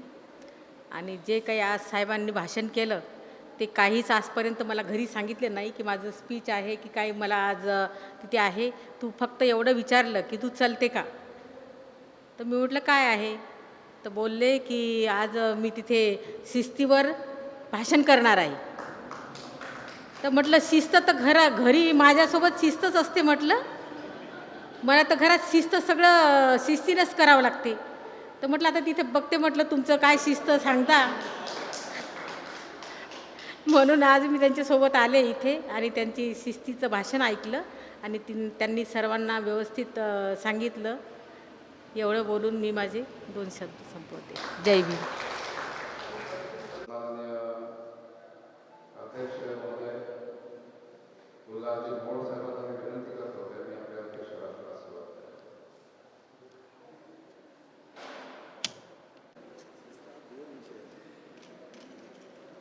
स्वरचित गीताच्या 2 ओळी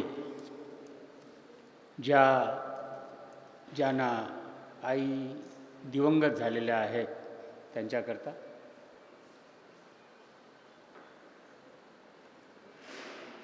आई कुणा म्हणू मी, आई घरी न दारी, आई कुणा म्हणू मी, आई घरी न दारे, ये तू पुन्हा भुवरी, वाट पाहतो पहिलं तिरी, आई कुणा म्हणू मी, आई घरी न दारी, आई कुणा म्हणू मी, आई घरी न दारी. महाकारुणिक तथागत भगवान गौतम बुद्ध, बोधिसत्व परमपूज्य डॉक्टर बाबासाहेब आंबेडकर, क्रांतीसूर्य महात्मा ज्योतिबा फुले या महान विभूतींना प्रथमतः त्रिवार नमन करतो. आजच्या व्याख्यानमालेचे व्याख्याते सन्माननीय माजी ठाणेदार पी.टी. इंगळे साहेब, आपल्या सर्वांचे लाडके मार्गदर्शक, या प्रतिष्ठानचे सन्माननीय सर्वेसर्वा, सन्माननीय आदरणीय प्राध्यापक मुकुंदजी बारसाकडे सर, तसेच प्रतिष्ठानचे सचिव सन्माननीय आमचे मावसा अशोकजी इंगळे, प्रतिष्ठानचे कोषाध्यक्ष सन्माननीय रमेशजी तायडे, ज्यांचा आज सपत्नीक सत्कार झाला आहे असे आदरणीय भास्करराव खडसे साहेब, सोबतच त्यांच्या अर्धांगिनी खडसेताई, आजचे विचारमंचावरील सर्व मान्यवर यांना माझा सविनय जय भीम. तसेच या व्याख्यानमालेच्या आयोजिका आयुष्यमती वंदनाताई तायडे, अष्टपैलू आमचे मित्र तुषारजी खंडेराव आणि उपस्थित प्रतिष्ठानचे सर्व आजीव सभासद, धमदानदाते, महिला भगिनी, उपासक उपासिका, सर्व लहान बालक बालिकास सप्रेम जय भीम. आज अध्यक्षपदाचा व्याख्यानमालेमध्ये अध्यक्षपद जे मला आज देण्यात आलेलं आहे, त्यामुळे प्रतिष्ठानचे आणि आपणा सर्वांचे मी आभार मानतो. सुरुवातीला परवाच्या दिवशी ज्यावेळेस ताईंचा मला फोन आला की मोड साहेब तुम्ही अध्यक्ष व्हा, मला घामच फुटला. मी म्हटलं मी 100 गाणी म्हणीन, दिवसभरात 100 गाणी म्हणीन, पण बोलताना जमत नाही. पण ताईंचा आग्रह होता तुम्ही बोलू शकता, इतका कॉन्फिडन्स त्यांनी दाखवला आणि मला नाही म्हणता आलं नाही. दोस्तों, न जाने मुझको आप समझते हो क्या, न जाने मुझको आप समझते हो क्या, मैं तो कुछ भी नहीं. आप लोगों का प्यार मैं रखूँगा कहाँ, आप लोगों का प्यार मैं रखूँगा कहाँ, इतना बड़ा मेरा दिल नहीं है मेरे हमदम मेरे दोस्त. इज्जतें शोहरतें उल्फतें चाहते सब कुछ इस दुनिया में रहता नहीं. इज्जतें शोहरतें उल्फतें चाहते सब कुछ इस दुनिया में रहता नहीं. आज मैं हूँ जहाँ कल कोई और था, आज मैं हूँ जहाँ कल कोई और था. ये भी एक दौर है, वो भी एक दौर था. मित्र हो, सर्वांना मैत्रीपूर्ण जय भीम. 2 ओळीमध्ये सुरुवातीला आईचा जो उल्लेख केला त्याचं कारण, मानवी जीवनात शिस्तबद्धता आणणारी पहिली कोण असेल तर ती आई आहे. शिस्त लावत लावत ती आपल्याला मोठं करते, नंतर आपोआप आपल्याला समाजातून सुरक्षा मिळत जाते. शिस्तप्रिय मनुष्य समाजात उठून दिसतो. आज हे ऐतिहासिक प्रतिष्ठान जवळपास पूर्ण झाल्याचे दिसून येत आहे.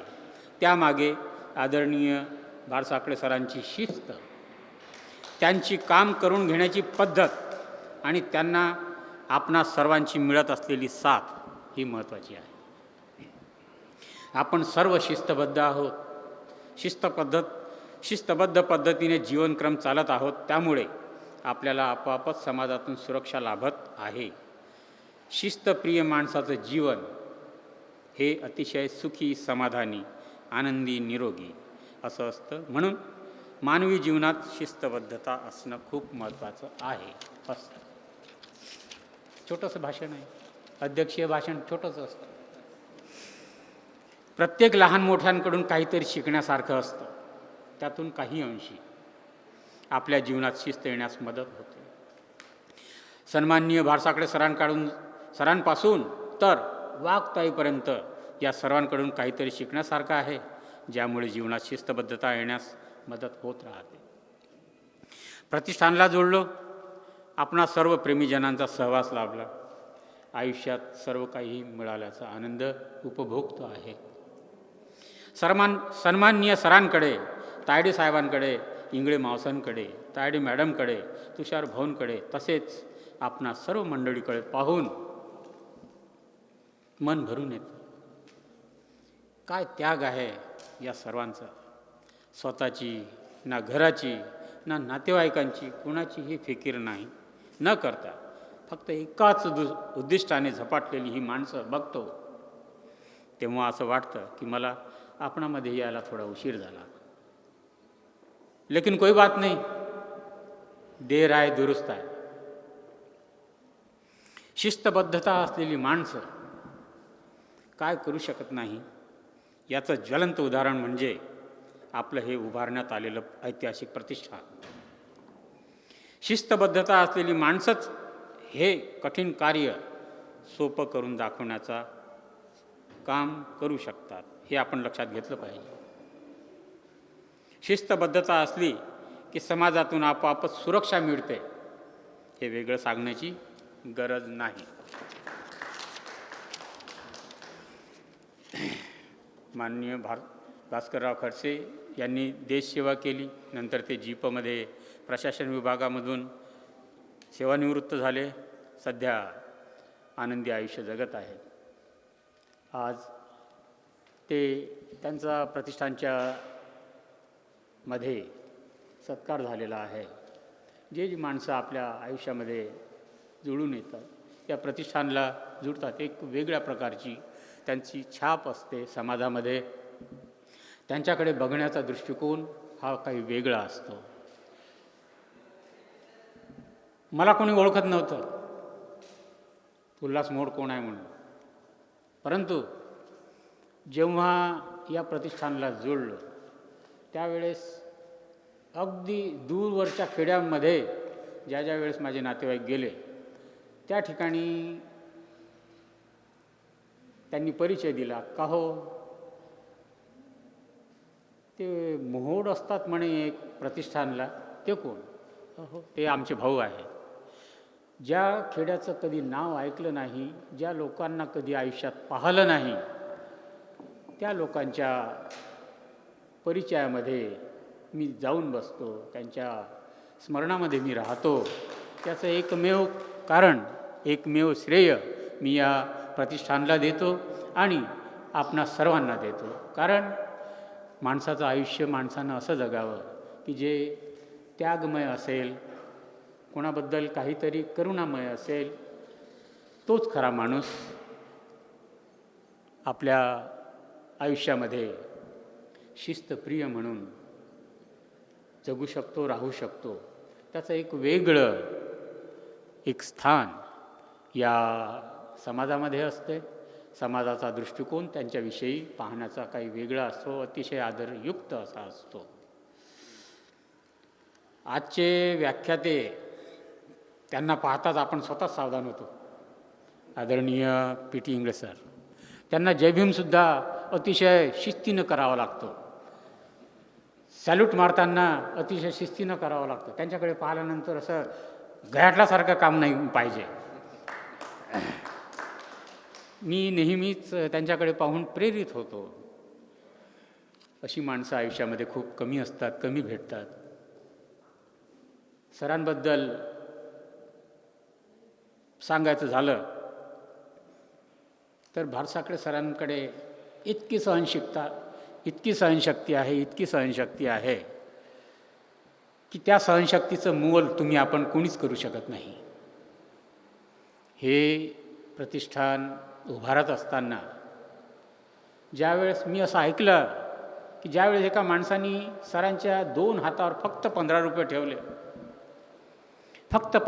ठेवले, त्यावेळेस सरांची संयमता, सरांची सहनशीलता इतकी होती की त्यांनी ते 15 रुपयाकडे नुसतं पाहत राहिले आणि स्वतःमध्ये एक विश्वास निर्माण केला की हे 15 रुपये नसून उद्याचे 15 कोटी रुपये आहेत.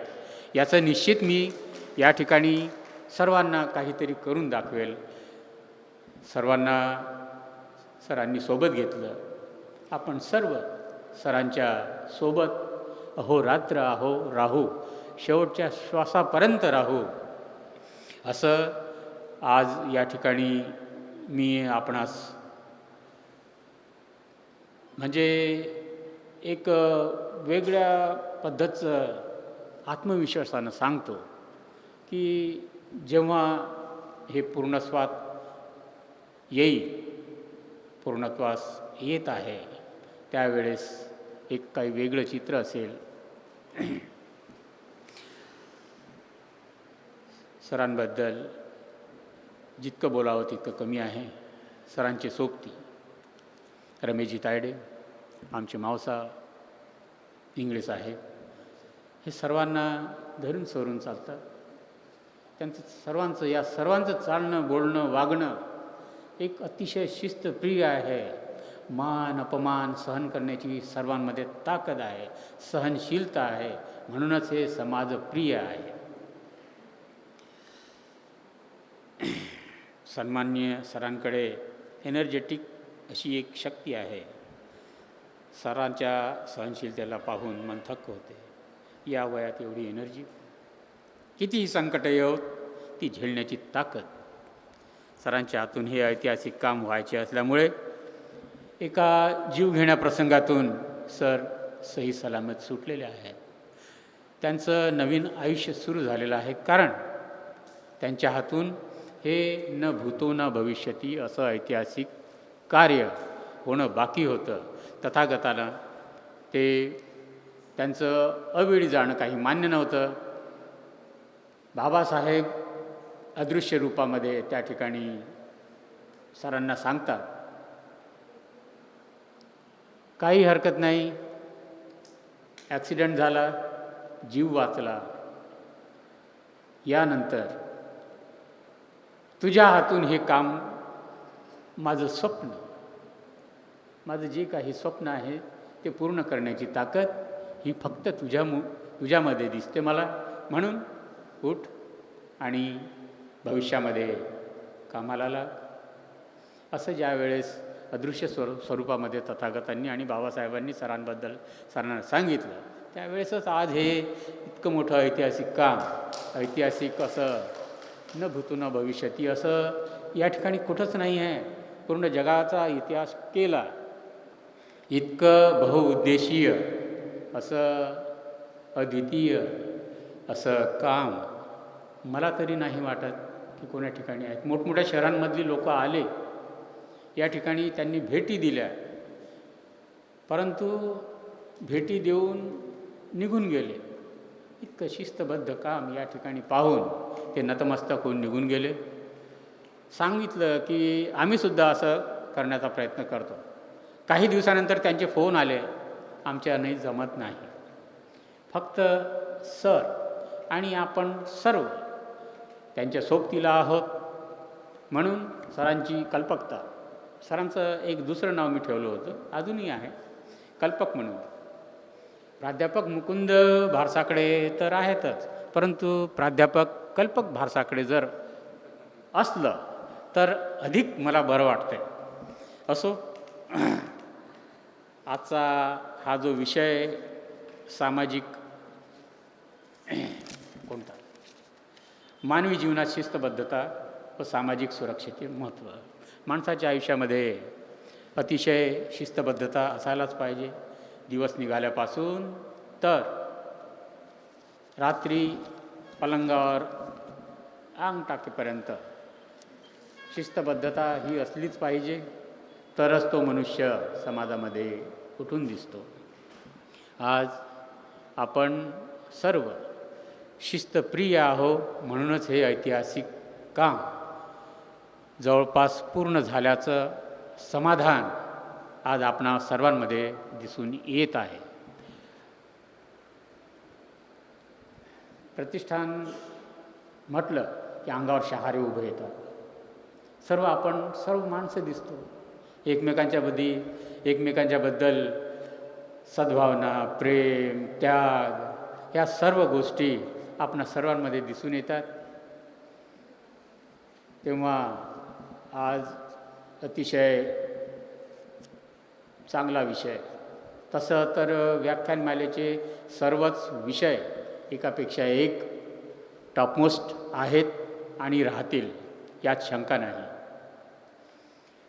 तेव्हा अधिक न बोलता आजचा हा जो विषय आहे त्याला अनुसरून आजचे व्याख्यात्यांनी अतिशय सुंदर पद्धतीने विचार मांडले. शिस्तप्रिय ते स्वतःच आहेत. आपण त्यांच्याकडे बघून शिस्त अंगी बाणावी, सरांकडे बघून शिस्त आणि सहनशीलता अंगी बाणावी. रमेश तायडे सर आणि अशोक इंगळे यांच्याकडे बघून सोबत कशी असावी हे त्यांच्याकडे बघून बघावी, करावी. म्हणून आणि आपण सर्व सरांना, या तिघांना जी साथ देत आहोत, त्यांच्या हाकेला ओ देत आहोत, त्यामुळे आपणा सर्वांचं या ठिकाणी मी अभिनंदन करतो. आणि आजचा हा जो व्याख्यानाचा विषय आहे तो अतिशय सुंदररित्या हाताळला गेलेला आहे. मला गर्दी नको, दर्दी पाहिजे. गर्दी नको, असत ना 5च माणसं, परंतु ती ऐकणारी पाहिजे, मन लावून ऐकणारी पाहिजे. नाही तर मग 100 माणसं असली, गर्दी होत असली, गोंधळ होत असला, त्याला काही अर्थ नाही. जे काही हे आपण आहोत ते अतिशय विचारवंत आहोत. आपणा सर्वांचं या ठिकाणी मी अभिनंदन करतो. आणि आज या व्याख्यानमालेच्या निमित्तानं मला अध्यक्षपदाचा जो बहुमान आपणा सर्वांकडून मिळाला, आपणा सर्वांचं मी या ठिकाणी आभार मानतो. आणि आज आपण जो मान सन्मान दिला, मान सन्मान नेहमीच सर्वांकडून मिळत असतो. परत एकदा आपणा सर्वांचे आभार मानतो.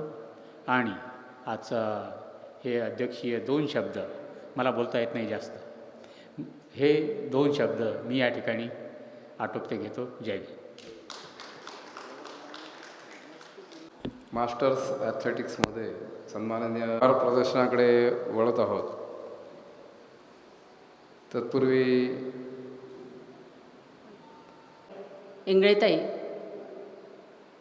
या ऐतिहासिक प्रतिष्ठानचे संस्थापक अध्यक्ष सन्माननीय बारसाखळे सर आणि आपण सर्व उपस्थित उपासक उपासिकांना,